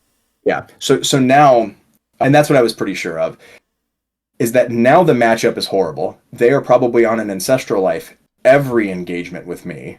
Like, right. Charge times, what did we say, 10? Is that what it was? Or times 3? That's like, let's call it 60 seconds if somebody's proficient in that. Really slow. Let's say they're nice and proficient with very clear, audible, auto battle. I pause to rest. I take some time to catch my breath. Well, let's go in that. Now, someone can fire it off faster. But even then, let's say 60 seconds is slow then. Perfect. That's great for the argument. That's 1 minute. That's it. In 1 minute, they have it again. And what do I have to combat them now? Before, when it was like per game, if I kill them or they don't have it or they ran out because the game's gone on for more than like 20 minutes. Sure. Because they were a good dispel target, right? I'm now just fighting somebody in 6 points. That can seem insurmountable to many players, I get it. But 3 points, if they're not crushing or breaking, if they don't have those effects, they're not using the new poles or whatever. They're just a sword and border or a Florentine guy, and you're rolling like a sword and shield or sword and Madu in the case for me. I'm able to get enough hits in generally to knock those points down and make it a closer to even fight, okay? Somebody who's a similar skill level, maybe I lose that more times than not, but that's what Fight After Death was for. Right. Like, that's fine. A great example for me, it's not super recent. I guess it's 2 keeps ago. I guess that's 2 years. My goodness. Was Adam Raven the Swift was playing in one of the games there, and I got put on a pug team to fight. What are they called? Stack Deck or Erendon. That's what it is. Erendon. To fight their group, and I had to fight Adam, and Adam was in. I think he was a warrior with like pro mag or something, in like 6 points. And I was a barbarian, and I lost the engagement, but he's hitting me in the body. I fight after death in a Madu, and I will kill him too. And so now a key high-level good fighter is taken out, and I have time to try to hit another player. I have time to get through this guy who might have walked my other teammates without that ability. And so in a short run competitive, those fight after deaths are premium, great. I'm not playing a battle of attrition. I'm not here for 45 minutes. I'm here for like 5 minutes. I take out a key player and maybe more. It didn't matter that he had 6 points. That's fine. And so it's really changed the dynamic. However, Warrior is not super great, and that's okay because Warrior is good against Barbarian, but no one's playing it. I mean, people are playing it, but it's not getting played like it was. Very rare to see. Yeah, you're just gonna get command schooled to death. Like that just sucks. It's just it's no fun to play Warrior right now. And so lucky for Barbarian players, their matchup is technically better into Paladin and Anti-Paladin because you interact with the armor with all your equipment, or with every weapon you're using for the crush break, or not crushing, you know what I mean, for breaking. Yeah. I'm so used to saying crush break because of swinging crush break weapons. My goodness, the pole arm it's infectious now. Yeah, you just hear everybody yelling scab over and over again. But yeah, so yeah, I fear the Warrior, but I don't see the Warrior. So. All right. Are there any weird rules interactions that Barbarian gets? I mean, other than that they can't activate their kill triggers multiple times on one kill. See, that was a weird interaction, was that you could trigger more than one off of a single kill. I mean, it's a kill trigger. It doesn't say one, you know what I mean? I killed him so I get my abilities. Nah, but yeah, I get it. They want to balance the stuff, and you got to think of the average player, not the exception. And if the Warlord is incredible, I don't know that I have anything like, holy crap, look at this like crazy gray area at the moment. The one that was probably the most funny when this first came out, and I believe it's been addressed now, and I like to think everybody understood that there was a rules as written and a rules as interpreted and rules as this is how we actually play this, ding dong, don't do it. Mm-hmm. Was that they wanted you to use rage as per chanting. And you have 5 seconds between a chant because it works like Song of Survival. So I have 40 rages. It's worse. It's longer because you go. I am filled with rage. 1, 2, 3, and it's as per chanting. And look, I get that that's not the intention, and I understand that that's what they wrote. And it may even still say it now. Nobody's done it because no one has the guff to go and do that because it's so crazy outside the box. But okay, let me justify it a little. Part of the problem with Fight After Death was that if I break my count, I stop my Fight After Death. You now write it in a way as per chanting, which means I can still communicate between my 5-second intervals without breaking my count. So because I did not count immediately, did not stop me from being in rage now. That's the idea. That's the intention. I should be able to say, I'm filled with rage. 1, crushing, breaking. 2, hey, I'm crushing, breaking. 3, that means your shield's destroyed. Crushing, break, 4. And I can communicate while in the effect without breaking the fact that I'm in my effect. Fight After Death didn't let you do that. I mean, some people were hard asses. Some people go, Fight After Death 1, crushing, breaking, 2, crushing, breaking, 3, crushing, breaking. And they run through it, and everybody's good with that. That's kind of like saying 1 Mississippi. Does the Mississippi break my count? Because I'm not just counting 1, 2, 3, like where are we being a wiener? But more times than not, if you stopped to interact in some way or ask a question, you broke Fight After Death, that's it. That's per refresh. I'm just out. Yeah. And I'm not saying players don't, and I'm not saying I've never done it, but asking a question of the person in Fight After Death, which is not necessarily against the rules, but breaks their count, that's really mean. That's really cheeky on an ability they only get to do 3 times that game, if the game's going to be long. And I'm not saying people should do it. into a realm of competitive that is probably unnecessary to try to force people to screw that up. That can even go into abusing rules like screaming at people while they're trying to cast. I saw someone at Springmore doing that, and I'm like, I was just a temp reeve. Like I wasn't actually like I wasn't there to reeve. I was there for the event, and they had like one guy trying to do this like fun game on like Friday, and I'm like, I'm just gonna help a little bit. I'm gonna go like stand because they were playing on like the road that people were driving in. I'm like, I'm gonna stand on this road edge, and like I'm gonna just call people dead if they go over this line. I think that's probably good. And you got this dude. Someone's like identifiers at a player, and he just starts as loud as he can at the person trying to cast to try to get them to screw up their cast and somebody else. It's not like against the rules, but boy, is that a crappy thing to do as a player. Yeah. Like that's really not cool. And I like you can do it. If I was reeving, I'd tell him to stop, because that's yeah. If you're just screaming for screaming's sake, like there's a difference between like role playing or trying to do an effect, and it's like the people that they'll be like, there's no rule that says I can't say sunshine, I'm yelling at you, I'm yelling at you, I'm yelling at you. Like, yeah, there's no rule that says you can't do that, but also you're specifically speaking in the spellcasting cadence to try to confuse me. That is breaking the spirit of the rules, and I would be upset about it. And that's cheating. It's very simple as far as I'm concerned. That's really misplaying the game as it's intended to be played. Like, right. Come on. And you can say the same thing about the guy screaming at the top of his lungs, so he can be like, you weren't audible to 20 feet. Yeah, because you were standing there screaming at the top of your lungs. Do I have to yell louder than you're screaming? Like, I will do it. I'm a loud person. They would have heard you if this guy wasn't screaming, right? And that makes it a stressful and less fun environment for people anyways. Like, it's like a battle, the battle yell, like, oh, I'm on my way in. Cool.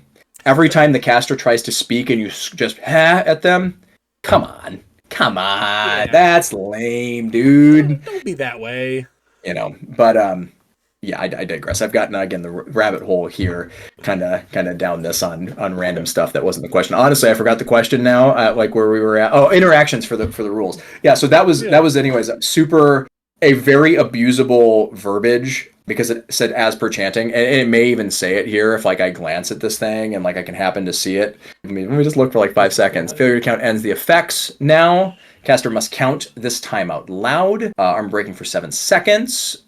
Yeah, I think the verbiage has been changed since the first time I saw it, because it clarified as per chanting, I believe. Yeah, so they took that off, which is probably a good thing. Yeah, so now I guess it functions more like Fight After Death did. It does say audible to 50 feet, which lets people be like, look, it's good. You should be able to hear this effect. Like I get that. Mm-hmm.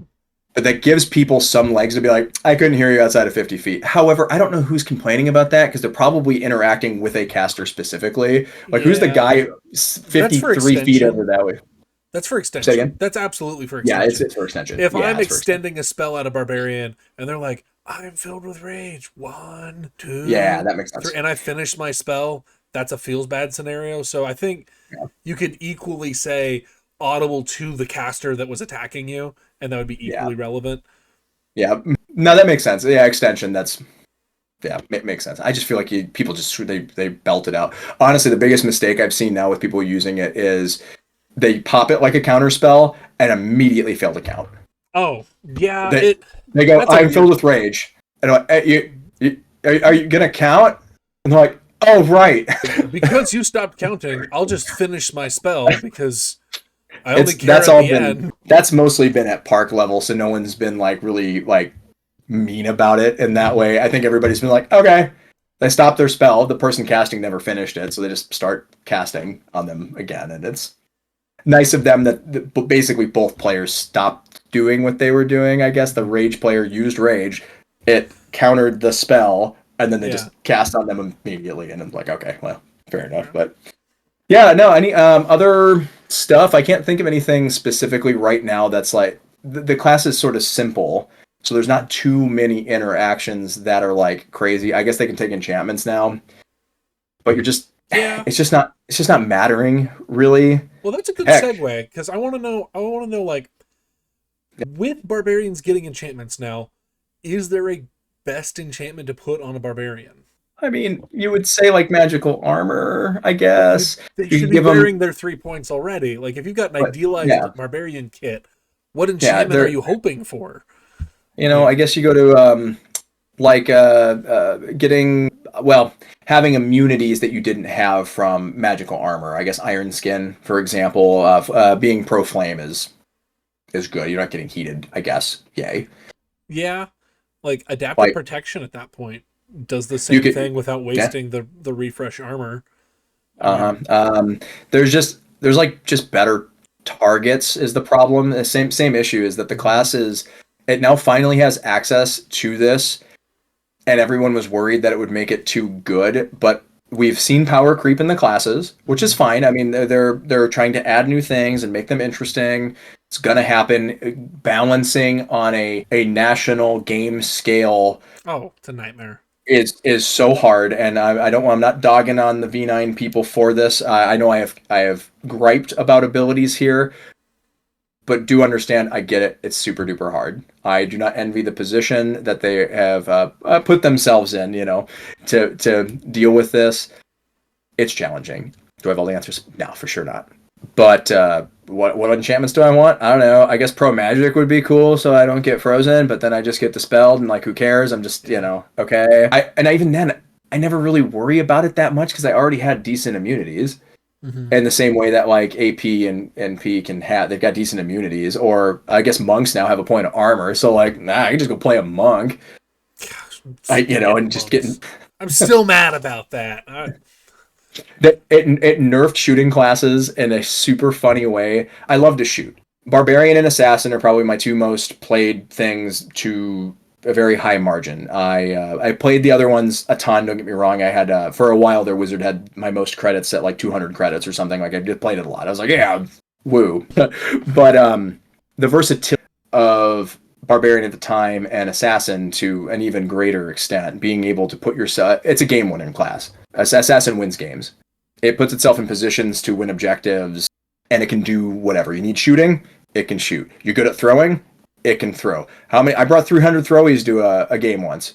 I'm an okay throw. I bring 300 of them. I don't know, and we'll win with technology. Like, what are you gonna do? Or their ability to just position, as long as the game designers aren't nerfing your insubstantial states to not be able to go through terrain or Right. whatever. If they're allowing you to still play past walls or over lava or water or whatever, then it's really a phenomenal class, and I would recommend it to anybody. Great class, Okay. phenomenal. Barbarian also filled a good role for being able to help your team win. I felt like I could win games as assassin, like solo if I needed to, whether it be being very sneaky, getting a good flank because of their ability to be sneaky, great Okay. positioning, superior, whatever, just utility whenever I need it. Barbarian won games because I would die and clear a front line. Right. And then like 15 people flood whatever objective, and you probably win the objective. So a good timed fight after death can be game changing. And it had enough sustainability. Again, the game was a little different, and this isn't even that long ago, right? I talk about this like the ancient past of this class, but right before AP and P were unlocked, it's a really good time. And then once they started to come out, everyone's still kind of finding their feet. They weren't very good. Like, I mostly didn't care that they got unlocked because they were kind of bad. They weren't very good classes. All They the weren't buffs meant to have be. really, yeah. This is like, hey, cool. Here's my prestige class for being a knight. It's kind of bad. Well, and there was this um, weird like thing that happened back then where like there were a couple of people I knew that actively wanted to be a knight explicitly and exclusively so they could get level 6 in every class.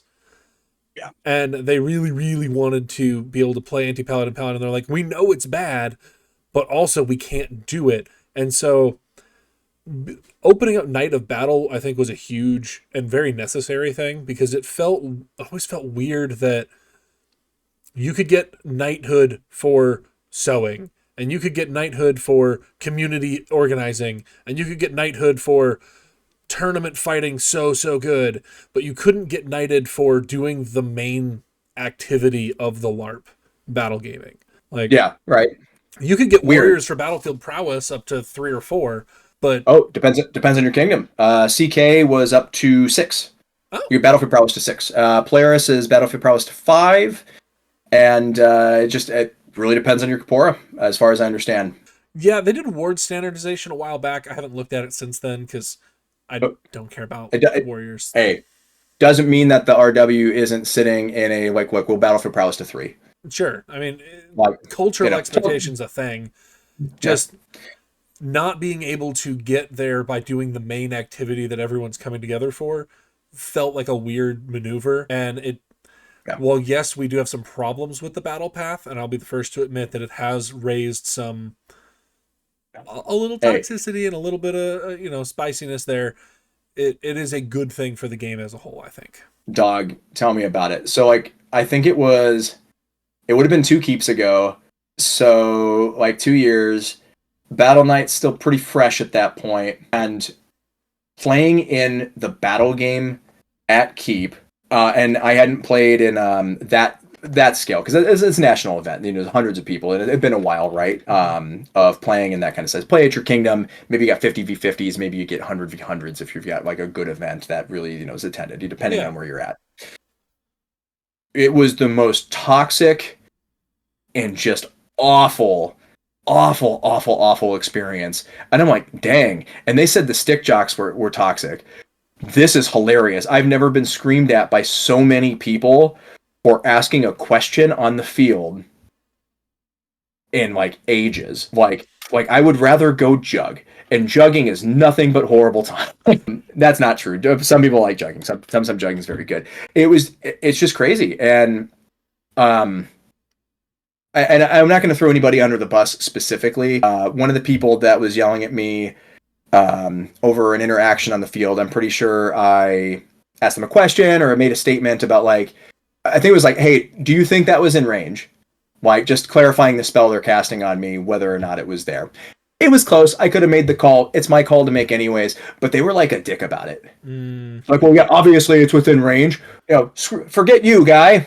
And I'm like, oh, so you're just kind of a jerk. I get it, I guess. And I can be a little confrontational because they don't need to scream at me, but I'm happy to go and talk to the person, whether it's to try to calm it down. And I'll do it in the middle of the game while the game is going on because I don't want it to escalate on somebody else either. And it's weird being a knight. There's this bizarre social pressure to some degree to have to be a good example. I'm not always a great example. I'm a human being. We have human moments. It's fine. And I don't hold it against this person for having a human moment. They were very nice. They apologized after and whatever. But I chose to be confrontational in this instance by walking up and being okay, so this is how you're acting. That's really uncool. Whatever, express that thing. Totally uncalled for, man. Whatever. Basically, that's the gist of this conversation. It's not accurate. Not anymore. It's been a couple years and whatever. But then later they come up after and they're you know what? You're absolutely right. That was out of line. I'm sorry. And I was no, it's good. No problem. Totally fine. Thank you for saying something. Very nice. But that's one instance. And then there were 5 other instances of similar stuff. And I'm just my goodness, battle games are awful now. Being the second Battle Knight in the game, it was weird to get it early and then watch the interesting standardization of what qualifies amongst players from different places. And that's fine. I'm a firm believer that every kingdom is going to have its standard for every one of these awards. I have a few of these belts. I got them in a couple different kingdoms. They have different standards between each kingdom. It's fine. Warlord's got to be somebody, okay? Well, that's always a hot ticket one. The guy winning is the one who should just have it. That's fine if they're not nationally the greatest fighter there is. Cool. They're the new bar, and hopefully the person who beats them will be the next bar, and so on, and you'll grow it. New kingdoms pop up. New kingdoms need to do it. Same thing with battle. The problem is that we did retroactive, you were good in the past, let's just Battle Knight everybody who was good. And it just makes a wild standard because guys that were good and the start of 8 that haven't played it anymore aren't real good today. Sometimes, they don't know the rules or not invested, but they still have a Battle Knight and they represent a masterhood and this ability to play our game. I don't pretend to be the absolute best at playing Archer anymore. I'm a decent shot, but I don't play Archer for a number of reasons. It's not very good, but there's other classes that I prefer to shoot with. Coming at it from the other side of things, as someone who aspires to be a Battle Knight, there's like, if you want to be a warlord, or you want to be a sword knight, in every kingdom there is at least 2 events per reign where you can go and explicitly try to do that thing, right? Because you have to get, I think it's 3 kingdom wins to be a warlord these days. It's 3 now, yeah. So you have to get 3 kingdom wins to be a warlord. Well, there are 4 of those guaranteed to happen per year, maybe more. Where if you want to be a battle knight, there are 2 real paths to do it. Well, 3 technically. You've got winning kingdom level battle gaming tournaments, which frankly don't happen all that often. Not really. And sometimes just get ignored anyway. Like, that's a whole thing. You can get Paragons, which is, I think, the big source of some of the toxicity happening right now. You can get it for coaching and strategy. And so if you win a kingdom level battle gaming tournament, how many kingdom level battle gaming tournaments are you having a year? Like, right. Here in the Rising Winds, we have 1. It is Bridge Wars. And the team that wins Bridge Wars sometimes gets an award. Like, last year at Keep, we had a inter-kingdom battle gaming tournament, and my team won it quite handily, and nobody got anything out of it. So yeah, well, that's super challenging, and that's part of the problem about the quality issues for this Knighthood. This is a completely different topic, mind you, and I'm happy to talk about it. Totally not about Barbarian, but I'll give my 2 cents fast on this because it is an interesting topic for Amtgard. How do you dictate an individual's skill if my team wins? What are my criteria now? Because if my team of 5 people, let's say, and 5 is easier to track than 10. And it's not like, a lot of people can field a team of 10 these days if your group is sort of big and like whatever, like between fighting companies or just your friends that you roll with. Okay. It can be very hard to identify who the real superstar was in that group. Who was the game winner of that group?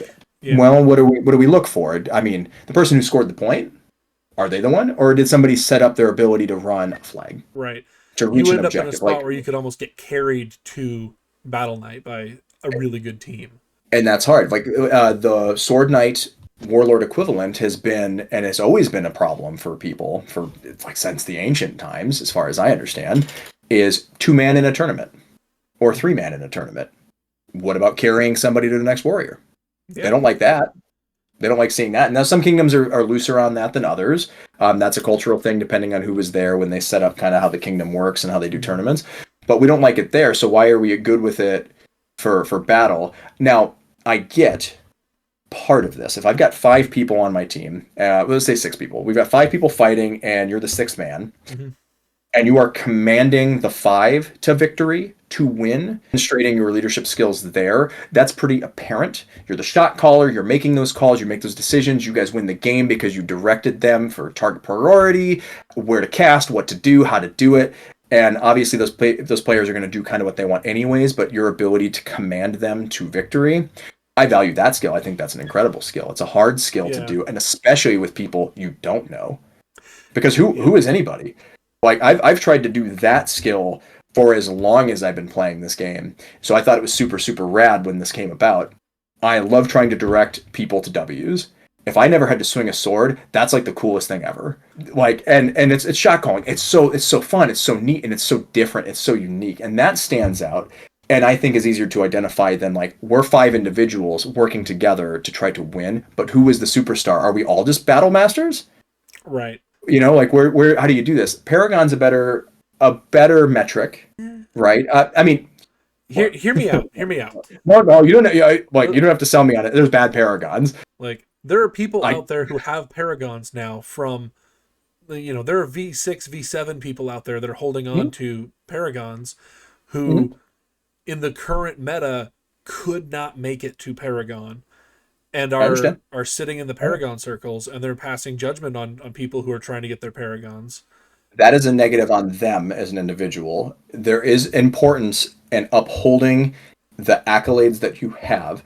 And like, look, I don't say that it's with a heavy heart that I say this, because like I'm in the torches. I got a lot of old heads. They do not know how to play V8. Okay. That's fine. Some do, but there's like 40 of us now. If you bring all the retired heads out, 10% probably know how to play this game, like in its current rendition. But they understand, and they're not there telling anybody how to play it.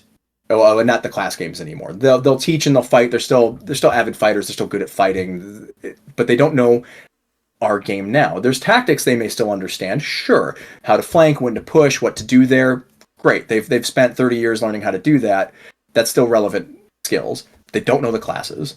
How do you master that class, and how do you judge somebody's masterhood on a class, or whether they are worthy? You can use, I guess, your personal skill set of at least going like, well, yeah, I saw this guy kill like 8 people. He was yelling a bunch of stuff, and that was really good, but it's still not very informed.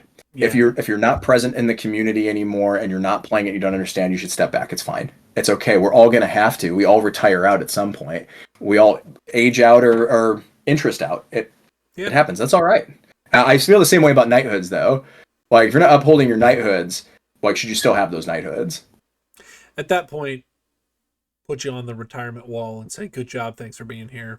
You did it. When I can no longer sword knight, I have no reason to be like, I am Sword Knight of Amtgard. Look, I'll retire out, that's fine. I love the concept of wearing a pristine, solid white belt on its own. I'm still a knightly person most of the time. I try to be a good dude. And I might still try to teach and be a part of the community when I have to do this, but I love the concept of going, I can hang up my sword. I can hang up, and maybe I don't hang up my service if I continue in service. Sure. But when I'm no longer able to do one of these, I take a commitment to no longer being a part of the crown community. Fine. I can hang that up. That's okay. I did my service. That's fine. I'm still a crown knight, sure. But I'm not representing that anymore, so I shouldn't pass judgment on those people. And again, that's me. That's what I think. I think it's cool. No one's going to give up their belts. I think it's just more symbolic to be like, I can set this one aside. That's fine. Passing that torch to the next generation. Yeah, well, I mean, that's the point. Let's teach, let's share. I love giving knowledge freely. I like being a part of these videos. Thank you for having me, of course. It's exciting. It's not my first one. I hope it's not my last one. Like, it would be great to still be involved as this game changes and develops, and hopefully I get to talk about, like, I hope they change Barbarian. Let's do another Barbarian video where we get to talk about its positives, like, it'd be sweet. Like, it'd be a really good time. Oh yeah, we're supposed to talk about Barbarian. We're coming up on the 2-hour mark almost here. Let's loop it back in, tighten down. Let's do some rapid fire questions here. Okay. Well, how does Barbarian play differently on a kingdom field versus a local park? It's worse on a kingdom field than it is at a local park. If you want rapid answers with low explanation, that's the recurring theme. The recurring theme through the questions, yeah. It pretty much just covers itself. What is the minimum gear I need to play Barbarian if I want to be successful with it? Successful? Yeah. You got me with successful. I was going to say, you don't even need gear. You just rage your way to running objectives to home. Since you can interact with objectives within 10 feet, like game items and stuff. Oh, yeah. Rage is a fantastic, I can run the flag home because I'm not going to get verbal down. They have to kill me. So I guess this is probably better for a different part about like how to take advantage of the current class abilities. Yeah. But yeah, I guess that's my secret sauce there. It can win an objective if you can get the objective, use rage, and not get verbal down. So armor, shields, whatever, keeps you alive so you're not getting hit by projectiles and stuff. Minimum equipment, though, to play the class to be successful, that's hard. Blood and Thunder is level 6. We addressed this earlier. If it was like level 1, that might help a new player be successful early. To be successful now, because it is a martial class, you probably, minimum successful, you need a point of armor. So let's say cloth armor, Gambison. It's cheap. Go to Harbor Freight or a hardware store, $5. Buy a moving blanket. It meets the requirements for Gambison. Cut a hole in the top, tie a belt around yourself. You don't even know how to sew. Easy. Bring a sword. Minimum 2 swords is probably the minimum. Again, we're addressing players' ability to be successful. If we're thinking new players, they need everything they can get. If we're thinking the average player, let's say 3 Orders of the Warrior, they probably have a shield, sword, shield, point of armor. Rock and roll. Perfect. Oh, and I got, that's it. There you go. That's what you need. Minimum. All right. What does an idealized Barbarian kit look like? Fight after death. Does that count? I meant equipment-wise. Obviously, you want the 3 points, but like, are there weapons that are handy to have around? I wish I had a knife so I could just keep sticking it in to them not having fight after death. A ideal kit to be very successful depends on your playstyle. Not a short answer to this question because it depends on you. are you like really good at throwing javelins? Because javelins are awesome now. Like being able to break shields with javelins is great. There's a lot of harden. Again, at least in our meta in this area, that's makes them a little worse. But I have access to that's very good. If you want to melee with the javelin, if you're good with down spear, you now have a little stab down spear. That's pretty good. Are you personally running javelins successfully? So I ran only javelins to some success, and I've seen somebody else do that in the area, and that's been very funny, but it's a high cardio stick and move.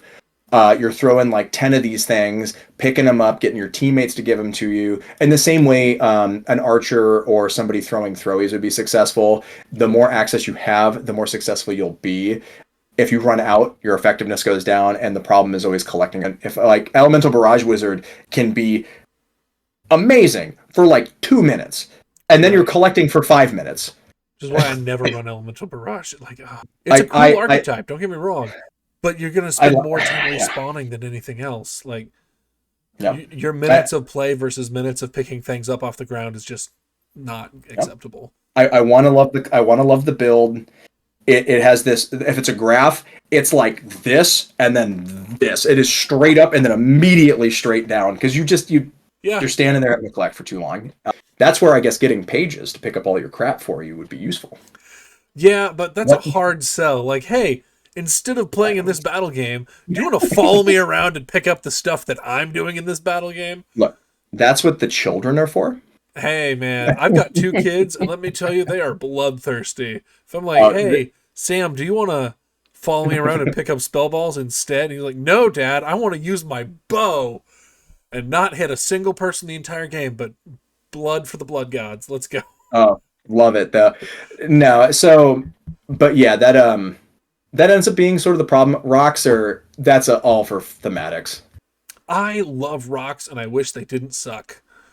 They could be better, but they'd be too good. They instantly become too good if you try to buff them any more than what they are, because they're. I mean, they can't be. All you have to do is take away 2-hand. Yeah, you can take away 2 hands. You can throw with 1 hand, and it's still crushing, breaking. Yeah, rocks are playable. Fine. They're good because I can hold my sword in the 1 hand or a Mardu or something, and then I can just rocks. Ha ha! I've broken your shield. That's all it needs. Let me block with them. Why not?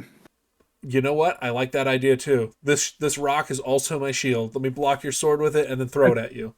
As long as it's not outside of the circumference of like a shield would be. Well, I didn't say not even like a large shield. Let's say you can't make it wider than I can't remember what the building constructions are. If there's a max size, they're minimum 10 inches. There's no max. You could put max, max 20 inches on those rocks, and then. Yeah. Perfect.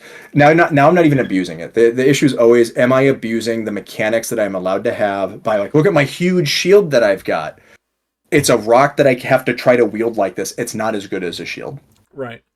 It just isn't. I like that idea. And that's fine. That makes rocks significantly more interesting. One-handed and block, and you could justify rocks. That would be a playable fun thing.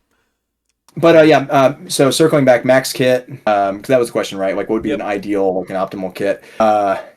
Today, in the playtest, I personally have 1 dagger minimum. I usually have 2, but I take 1.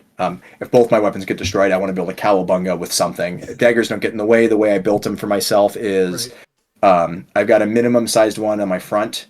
So it's not in the way of my hips or my legs when I walk and move. And I've got a max one on my back at my hip, basically, where I can draw that. Okay. Sword, Madu, as we described earlier, like a 35-inch sword, and my like 20-inch min stab, top spike, bottom spike, Madu, and the 3 points of armor and coverage. You got to have your coverage. If you're missing coverage, you are at a disadvantage always. If they can hit me in the meat of my arm, get a gambus in. Wear your armor. Leather is fine. Like whatever. If you have chain, that's fine. That comes down to personal preference. I have a very competitive kit of armor, and I've got very flirty armor.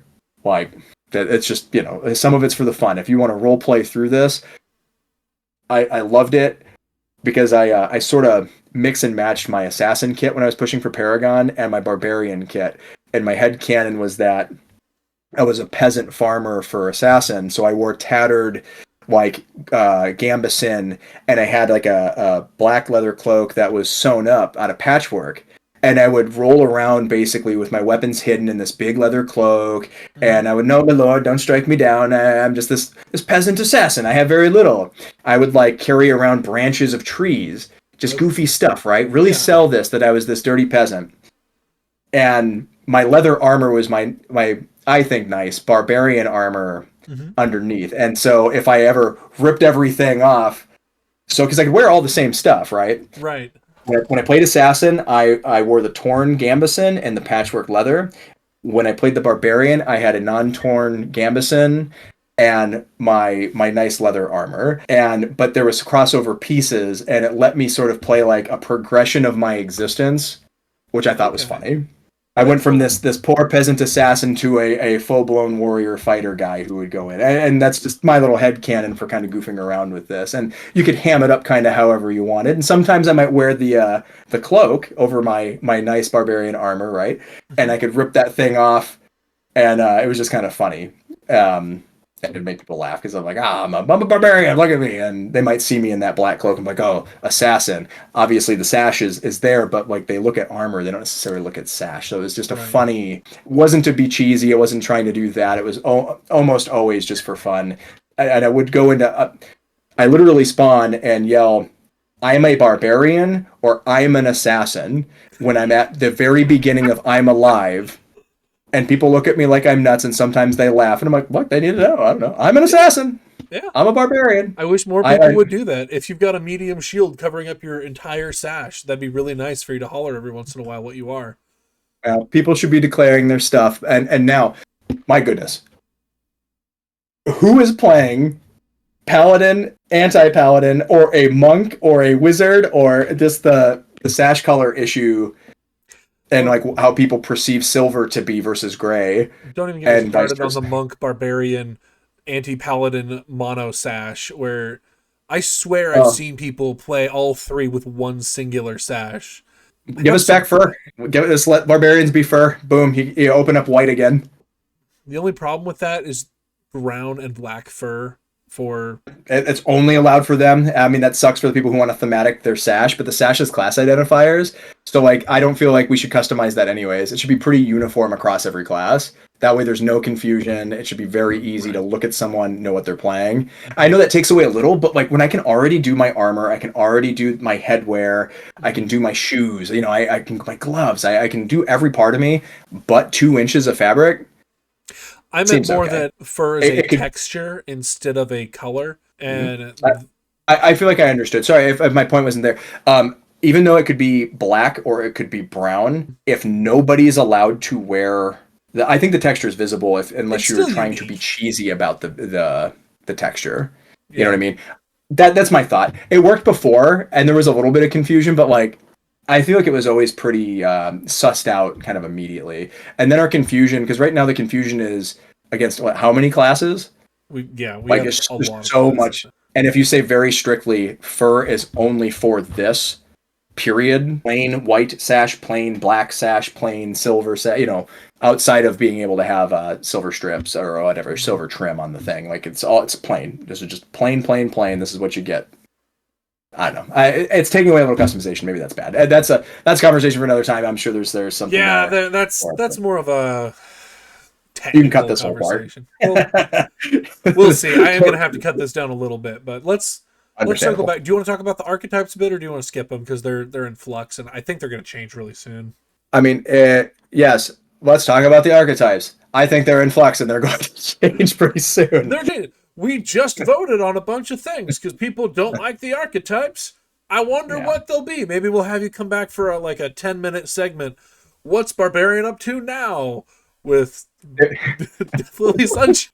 Dude, that's funny, and that would be pretty good. I can only hope for positives. I said it earlier, I think in here that I've got them pulled up here. Raider has the potential to be fun and interesting. It still has problems. It just loses shields and rage.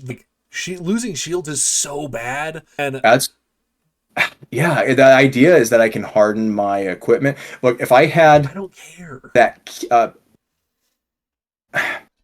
If you could make my weapons indestructible to effects, I am now much more interested. If I can't get pyrotechnics, if I can't get, I can block arrows with my swords. I can, like, you're not destroying them with spell balls. They are just, my weapons become indestructible. That's a pretty big buff. I lose rage and I lose shields, but a polearm barbarian on the line isn't so out of the question if I now don't have to worry about you. Like, you just make it, it's basically ESOL for my weapon. Let's just say it's like that. But I mean, obviously you can shoot with an arrow, but I think the concept that yeah, well, I mean, sure. Like, you can't affect my weapon with abilities. Rage, basically apply rage to the weapon instead. The weapon is like that idea.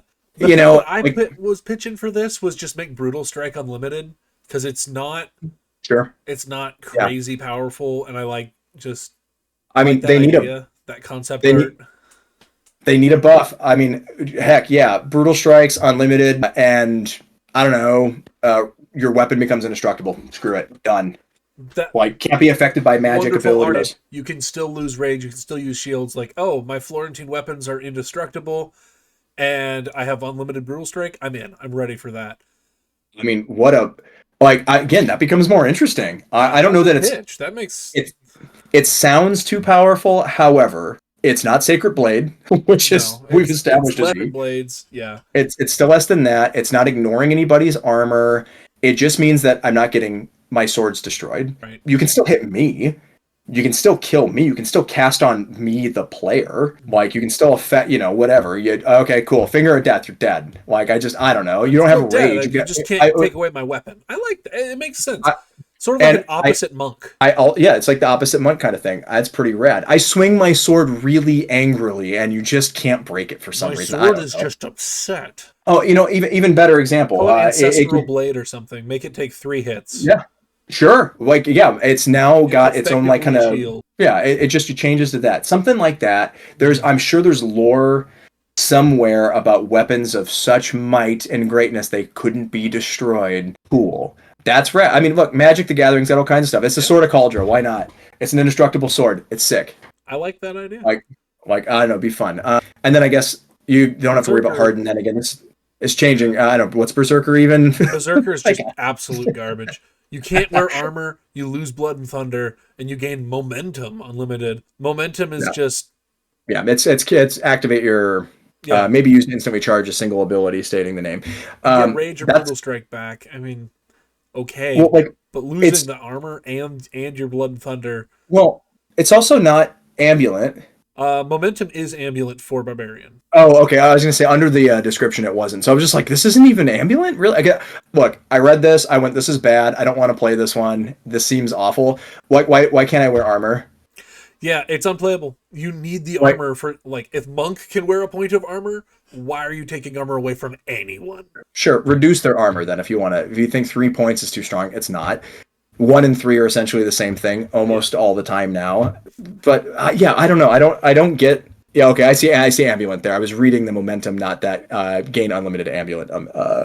If you're going to make an unarmored archetype, it needs to have a really big buff to being unarmored. Like, I would have made Blood and Thunder stackable. Yeah, sure. Can't wear armor, but I can stack Blood and Thunder. The problem is, look, that's interesting to me because I know I'll get kills. The average player is going to have a hard time. Well, and that's, again, they are going to have a hard time right now anyways because they're having a bad time already. And that leans into something Barbarian already can do, which is you can be the unarmored fighter. And if you got unlimited Blood and Thunder, I feel like you have unlimited Blood and Thunder, like unlimited stack size for Blood and Thunder. That would be more interesting. But hear me out. Berserker, they get fight after death back, can't wear armor, lose Blood and Thunder. I think it's still a huge nerf. It's still a huge nerf, don't get me wrong. Yeah. But now you have said, look, you can Blood and Thunder, or you can't Blood and Thunder, but you can get your fight after death. You're gonna have to have buddies so you can wear magical armor. Right. I always think that's funny about the can't wear armor, but you can wear magical armor. They're different. They are different, but like, and we thank God, because if it's like you can't have magical armor, you can't have armor, you get nothing. Crazy concept. Like, they're already in some trouble, but like, you now have to rely on your teammates. It makes their it makes the fact that they can take enchantments now viable, because now, like, look, I gave up my armor to have like Iron Skin, and I can fight after death. It's still it's still bad. Dying still sucks. We still don't want to have to die, but you get like 3 instances of trying to make a play for your team. Could be interesting. Or just, 1 per refresh recharge times 10. Don't hate that. And time, yeah. I mean, who knows? So, all right. Well, falling out of the archetypes a little bit, I want to ask you a couple Paragon questions. So here in the Rising Winds, we have a circle of Paragons that like monitors players and makes recommendations to the crown. Do you guys have something like that in Polaris? Yeah, there's a whole bunch of Discord pages dedicated to talking about Paragons with the Paragons that are interested in being involved. Not everybody is. Obviously can't make people do it, and that's fine. You want the invested players to want to be invested. Okay. So in Polaris, what's something that a barbarian player can do to really stand out to your circle of Paragons? They can fight after death real good. I gotta get past this.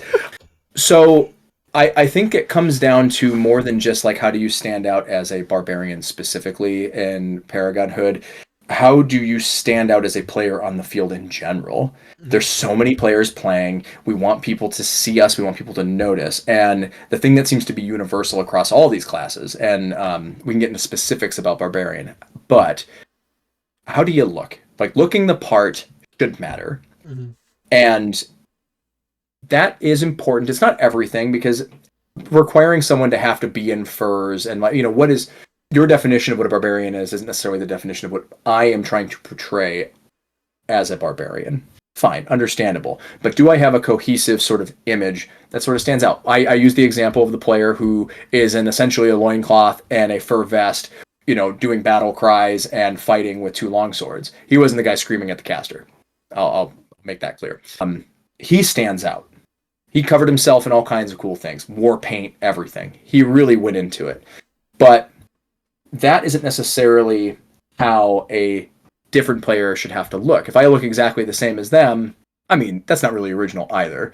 I like to see their own personal flair on the class. And that just kind of, for me, comes down to a cohesive look that they say portrays it. If you want to be lazy, you could say, I don't expect everybody to have to get a new wardrobe every single time they want to be a Paragon in a class. It helps get noticed a little bit, at least visually. We want to be seen on this field, but your play is then like the next stage of like, how do people identify that I was good?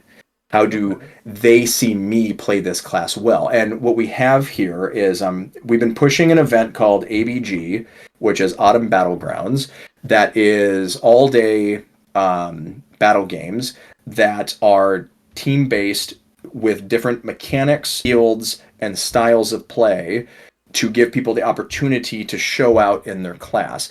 It has a large number of Reeves that are involved with watching the field, and they ask for recommendations from the players. The Reeves talk amongst each other as well for what they personally saw, and then the players to write in who they saw playing the class well. That then at least gives some additional physical data to like, oh, this person really stood out.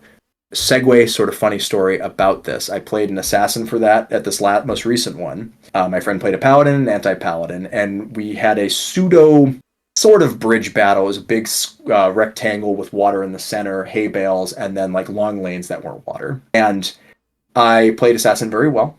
Mm-hmm. And I won't say that because I just did. I got the most recommendations for someone who played assassin well as myself. Cool, as Deathlilly, yay. And then I got recommendations because they didn't know who I was from me playing assassin a different way later in the day, because I was playing essentially football with a thrown weapon that was a football.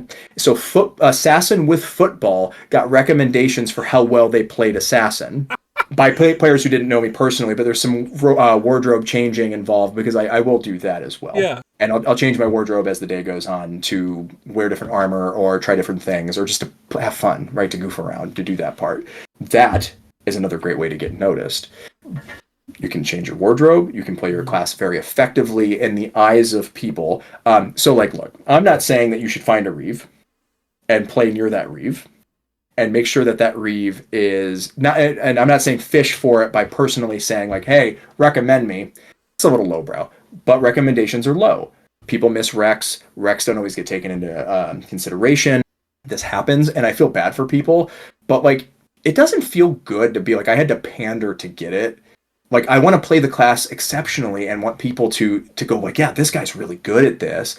And I want them to see that. And, you know, I guess the phrase is be undeniably good. Mm-hmm. And that is hard. And I get it, but that's the idea. This is a masterhood in the thing. Like, you are supposed to be in the peak of your ability to play it, along with other people that are also in similar skill levels. Obviously, not every warlord is the same. Not every paragon is the same. Not every whatever is exactly the same as everybody. You know, skill levels inside skill levels. So, looking the part and your unique kind of way. Bonus points if you find a way to really sell what you are. And then making sure that you're showing out at events where it matters, and that can be playing adjacent to Reeves, Monarchy, people who have the ability to actually do this and recommend you.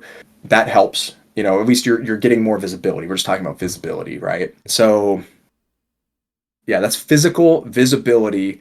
Knowing your class, obviously, that's like the super obvious one. And I feel like there's more to this. That's the stuff that really sticks out, and I really want to sell home, because if no one sees that you play it, if no, like, that guy plays Barbarian, right? Like, that's a bad sign already, right? Like, if they don't know that you even play that. And so, yeah, time and field. Play it. Play the class a lot. Just, you are that class. You play that class. You teach that class. You talk about that class. You're helping others. You're uplifting them. You know, you want to be the person where somebody comes to Park and they're like, hey, this new player really wants to talk about this class. You're the person. They send them to you because that's who they want to talk to. That's a great sign that you're on your way, or that you're already established and that you're there, especially if there's already people with Paragons and they choose you instead. Okay. Pretty good sign. Yeah. So, I know that a good portion of our video today has been, why would you play Barbarian when something else is available? But if we had someone who was just gung-ho, like hardcore locked into playing Barbarian, and they were level 1, just starting out, what advice would you give that player? Don't get discouraged. It is likely to change. At time of video, time of recording, right now it's in a weird spot, but it has, it's a historic class. It is a class that has been around forever. It is one that just will always be cool in fantasy stuff. In every game that you play, there's some kind of berserking barbarian person, and that is cool to emulate that kind of, you know, play style. It's great for the role play. It's embrace that. That's cool. At the end of the day, it's just a game. You don't have to play the perfect meta to have a good time in anything that you do, okay? I like to win. I'm competitive. It makes sense. The accolades that I've tried to achieve are ones where you must be competitive, and sometimes even at the detriment of people around you, which is too bad and terrible, and that should be fixed too. But that is okay to just enjoy the wave and have fun playing it. Because at the end of the day, it's going to still get you kills. It still has abilities. It's still going to function. If this is all you know is 8.63, cool. It's not going to feel like it's a nerfed class. There's other classes that do cool things, but you're going to have plenty of abilities. You're going to love it, and you're going to enjoy it. At level 1 player, a new player who doesn't know any different, will probably love this class. It still has access to... everyone I see play it seems like they're having fun. The only people who don't seem like they're having fun are the old heads who know what we had. So... stick it out. It'll be good. Stick with it. It'll be good again. Get political. Make Barbarian great again. Okay. Please. No, but yeah. Shifting gears a little bit, coming out of Barbarian specifically. Have you taken apprentices for any of your various Paragons? Is that something that you do or are interested in doing? So it's an interesting question. For whatever reason, that like here, and in the CK, so I started Amtgard in Polaris, and then I moved to the Celestial Kingdom. So like half my career has kind of been in both places, and I'm back in Polaris now. Those kingdoms don't seem to really do it. So it was, I mean, there's some people that do. Like, I'm aware that some people have apprentices and things like that, but like I've never really been approached. Like, I think like one time about this and having like an apprentice for the position. I don't even remember what class now, because now it's been a pretty long time. And maybe that's my own rep at this point of telling people no. Because I've been asked to have squires plenty of times, or man-at-arms, pages, stuff like that. And I have told everybody but one person no at this point in my career, over like 15 years, right? That's a lot of no's out there. But I have a caveat for it. I give my information freely to anyone who wants it. And squires and apprentices and stuff like that, to me, isn't about just strictly teaching a person. It's a relationship with the person. They're my friend. They're my buddy. I invite them over for Christmas dinner. They're around my kid. They're part of my family now. This is a deep personal relationship when I do this. And if I'm going to invest that kind of time, I want to do it well. So if I got asked by it would have to be a very special case to say, you're not in my local area, you're someone across the country, because I can't give them the right time anyways. I want to be invested, but I can't be there to help them. I can do video review and we can talk strategy and we can hang out, but I'll do that anyways. Like, right, we're doing that now. We're talking about the game. We're having fun and we're loving it. Like, the person doesn't have to be in that kind of student mentor relationship for me to teach them. I just do it freely. And I've done it for so many people. I spend a lot of time doing fight videos for people that never see the light of day other than that person, like all over the country. And I'm happy to do that. But if that's all it's going to be, that's like it's like people like hit me up for information, not all the time, but it's just like a one and done kind of thing. And if that's all it is, then perfect. I've given them info on the thing they asked for. I didn't have to make it like a ceremonial thing of like, hey, let me strap you up with a belt or something like that, because I'll just teach anyways. I'll just talk about it anyhow. I love it. So I'm always happy to just give it freely, I suppose. And there's probably more depth to this. But that's just how I've mostly approached it. I think, to round it off, it just doesn't seem like it's a big part of the culture in the two kingdoms that I played in primarily. I've traveled to other kingdoms, but like I'm unlikely to have somebody just randomly walk up and be like, hey, can I be your apprentice? Or hey, can I be your squire in a place I'm visiting or something? So sure. With that said, it sounds like you're pretty okay with just randos coming up and asking for advice or asking you questions. Is that a fair thing to say? Absolutely. I offer the advice unsolicited, and it gets me in trouble sometimes. And that's Knighthood, probably, I don't know what it is. Exactly. And I had some bad experiences with it recently. People were very unreceptive, and it turned me off to trying to teach a little bit. And don't get me wrong, that still means I'm teaching a lot, and I'm not going to let that person deter me because of their bad attitude about it. Somebody asked for instruction when it comes to fighting in tournaments, and they wanted to prep to fight in an upcoming tournament. So we tailored our local practice into, okay, we'll fight in rings, and this is an opportunity to discuss and to teach and to go through this. And when I then, get into a position to give them advice in the moment where they have an opportunity to, they armed me, I got caught in a corner, and I'm like, uh-oh, I'm going to lose. I'm trapped. I got nothing. If I step out of bounds, some cases it kills you. Sometimes it's a reset, whatever. If it's a reset, I'll step out of bounds. But it's more complicated. Doesn't matter. But they just kind of stood there and they didn't do anything. And I'm like, you should hit me. Like, this is your opportunity. Like, this is the win. Don't let the warlord get an opportunity to switch hands. Like, they're still pretty deadly, right? That's the idea. Right. That you're on the grind. You want to win. You want to push for this.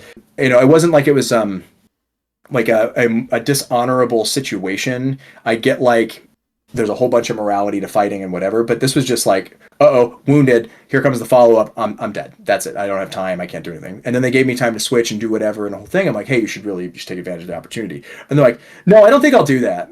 I don't want to do that. I'm not going to do that, and that's not for me. I'm like, but if you're on this journey to try to push for this in this kind of situation, and they're like, nah, that's cool, man, I don't want it. And I'm like, and it ended up turning into it ended up becoming pretty toxic in that moment. And this is like the first interaction of what we've now tailored and started to put time and investment to. I was like, dang, I don't know that I want to spend my time like doing this if this is the reaction again. And that's not the normal reaction. So, so don't get me wrong, but I was pretty bummed out for like a week or two on this, and I did a little soul searching. I'm like, damn, maybe I don't need to like do this if I'm just going to get like yelled at. That sucks, but different students learn different ways, and maybe I'm just not the right teacher for that person, and that's completely fine, cool. And at the end of the day, I'm not going to let it deter me. So to answer your actual question, if you're going to cut this video is going to be cut so many ways. Oh my goodness. It's going to be our longest one by a good bit.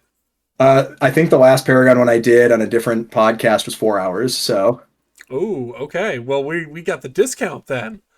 I feel cheated, Well, man. I'm sweating. I got content. We can keep going. No, but that particular guy's name is Merrick, and you don't have to plug his channel. He doesn't do Oh too much yeah, anymore. He did Merrick is one of the Path people to, that inspired me to do yeah, this. Merrick yeah, does he did the mount.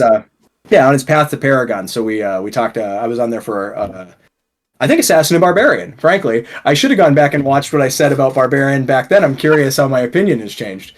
But we don't have to plug him. But anyways, to sum it up, am I good with people coming up to ask me questions about fighting or class stuff?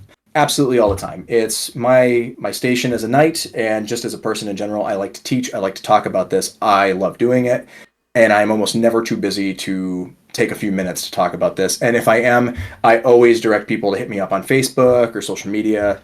By all means, please send me a message, send me videos. I'm happy to talk about them, happy to review them anytime. And I reviewed a video that was 3 minutes long, and it took me 4 hours. Oh wow, on 3 minutes of fighting. That's a lot for 3 minutes of fighting there. There's just so much that goes into it. And again, you can cut this part because I'll tangent a little bit, unless you need to bounce, which is just totally fine. But there is a lot that can be done, and if I'm going to spend my time, I want to invest the time I want to put the effort in. Because I can just be like, yeah, man, you don't move enough. And don't get me wrong, some people will get that in the moment. Like if we're in the middle of ditching or whatever, and they don't like prompt me to go away from like doing the ditch, and they're just like, hey, what did I do wrong there? I'd be like, well, I mean, you're not moving, and like that's not good. If you just stand there, you're probably going to get hit.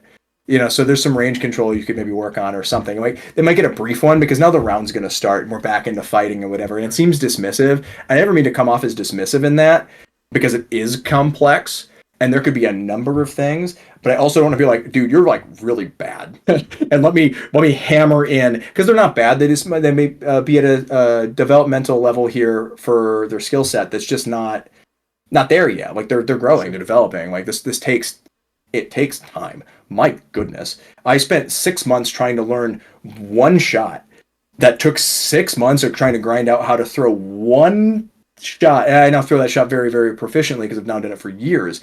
But it was really hard for me. People learn it different. My sparring partner, Morpheus, learned it in like 3 weeks. I don't know. The dude's a phenom. I don't know what to say. It took me a long time to learn how to throw this shot. He could throw it right away. And that's okay. And I do keep that in mind. But boy, when you bog down somebody with like, well, you're not moving your feet, you're not maintaining range. When they step in, you plant, and then you try to box with them, and like that's bad because they're still moving, so they have good positional advantage. They're really cutting angles. Their defense is better for it. Your defense is worse. You're not moving. I mean, it is astronomical how much goes into being like real good at fighting, and some people are very natural at it. And then there's me, who has spent a lot of time trying to become good at it because I was not good at it to begin with. I was in the old days. There's a Bridge Wars video. This is excellent. And oh gosh, I can't think of the year. Maybe 2015, I want to say. It might be a little older. Somewhere in that time, Cue Ball got his Flame Knight, because Polaris was still a principality back in this time. And so we were at this time sponsored by the RW. So we had a lot of crossover between the RW back then. And now, we're our own kingdom now, so it's just, that's just how it goes. You do a lot of your own kingdom stuff. And obviously there's crossover with Keep, or there had been, and we'll see what happens with Keep. But this video of this time at this Bridge Wars, I wasn't a knight yet or anything like that, and I got to sit in on the Knights meeting for what was going on. And I tried to be respectful. They let me kind of sit in the grass because they were outside and whatever. Sir Michael Hammer got as my knight, and he was like, well, you should come in, you should see these things, you're on this path, and it would be important to see how the process works. I'm like, oh, okay, cool. I'll sit in a nice meeting. At the time, I never drank. Mm-hmm. Okay, it's 9 a.m. Okay, so this is where this is going. I never drank. It's 9 a.m. I get handed 2 cups. One is a cup of beer. One is a cup of just vodka. At my young impressionable, I was old enough to drink, but I was probably like 24, something like that. And I'm like, oh, well, I'll just drink anything anyone hands me. That's a good idea. I'm still in this stage of, I want to be popular. I want to be included. I want to be liked. It's just part of like what you do. So I'm like, yeah, I guess I'll drink this straight vodka and beer and watch this Knights meeting. So needless to say, by like 9:30, I'm pretty screwed up. And Oh. this then comes to where this goes, where this video is. It's a video of the bridge battle. There's fighting, and someone next to me, I think it's Nifty, as his game name, doesn't play very much now, is recording or something like that. And a player gets knocked unconscious for just a moment by a polearm core. Okay. It's a super duper long polearm core. Monkey's the one who did it. This is a famous video. I don't think anybody thinks it's intentional, and this is pretty old at this point. If it was an intentional thing, I'm sure there would have been repercussions for it. He's trying to hit somebody behind the person who got hit with the core with the blade part in the head. They go down. They're in full armor, and they're like, "Oh no." I don't know all the words now. Again, remember, I'm pretty drunk, so some of this is pieced together. It's been like 10 years, and I'm pretty drunk. So I'm pretty drunk, 10 years old, and whatever. So I'm going to make up some of the parts here, probably embellish for the story. So he was like, "Oh no, we need a replacement player." And nobody standing next to me wants to do this thing. But again, I'm standing here with what's left of this beer and vodka that may have been refilled. I don't know at this point. So this is not a good example of fighting on the field while drunk, because it definitely happened. But this is where it's sort of funny. They strapped me up in this dude's armor. So they stripped this poor soul, I do not know who it is, out of his armor, strapped it onto me. We are not the same size person. And the video cuts out, the video cuts on, and the only reason you can really tell it's me is I have a yellow beanie on, and I'm just standing there on the line, and I'm doing nothing because I am just too drunk to really participate in this, but they needed a fill-in with armor. And I may be overselling how drunk I actually was. Like, don't get me wrong. If I was like stumbling over or falling or something, I wouldn't have participated, and we would have been responsible. And it was a disclaimer that I'm not like wildly irresponsible about this. I don't condone drinking and fighting. But this definitely happened. This is an old story. It's pretty funny. It would definitely not fly today. But it's just like, I think they said, and a new challenger appears or something on the video. And I'm just, and I think I just did this at people. Who knows how that game went? I think we won. I don't know. It is on YouTube somewhere. If I remember, I will try to find it. I think it's on YouTube somewhere. I think it's about searching Bridge Wars. I'll try it. I'll do the 2 minutes cursory search for like a early 2015. The final question, the most important question for the whole thing. Do you have any final advice before we let you go and end the video? Yeah. So just remember that this game is for fun. Chasing accolades like Paragon, Knighthood, Warlords, whatever, is fine and dandy, but they are terrible goals, okay? And what I mean is that you should be setting fun, achievable goals, small ones, every step of the way, and eventually you will work your way to those big goals. And if you're meant to get there, you will. If you start getting negative about like, oh man, they're just here to screw me, they don't want to see me succeed, everybody's holding me down for one reason or another. I'm not saying there's not some reasons that people with personality conflicts don't have a harder time becoming knights. There is some popularity parts to this. I get it. Mm-hmm. There's also people that are not stellar knights that have it. It's okay. There's more people that are good about all of these positions than there are bad about these positions. Don't let the minorities bring you down. Don't compare yourself to them. What's that line the lady has? Comparison is the thief of happiness. Like, don't worry about it. If you didn't get the award this time around, then just work harder. That's okay. You might feel like you're working as hard as you can, but this is where you branch out now. This is now the time to start looking for other resources, like videos like this, videos from other people even. Get other opinions. Travel. My goodness, travel is the best. And not only is it fun, but you get to see everybody's take on how they play the game and how different it is. The CK can be the Wild West, but it's an experience. If you go into it with a good attitude, it can be a lot of fun, and it really can change your perspective on how the game is played. Playing up here, very different than playing down there. I give you examples, but it's a bad final thought. So stick with it. Be positive. Small, achievable goals. You'll get there if you're supposed to. Be proud of yourself when you get these things. If you cheapen it, it's not worth it anyways, right? You want to be that person people want to look to as an example in all of these things. Paragons, Knighthoods, whatever. All right.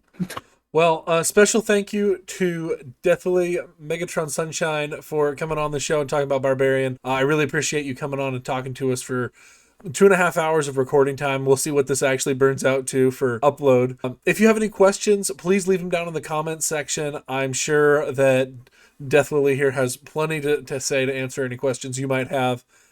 If you've made it all the way to the end of this, congratulations. You made it to probably the end of our longest video yet. Please be sure to subscribe for more battle gaming content, and I'll see you in the next one. Thanks, guys.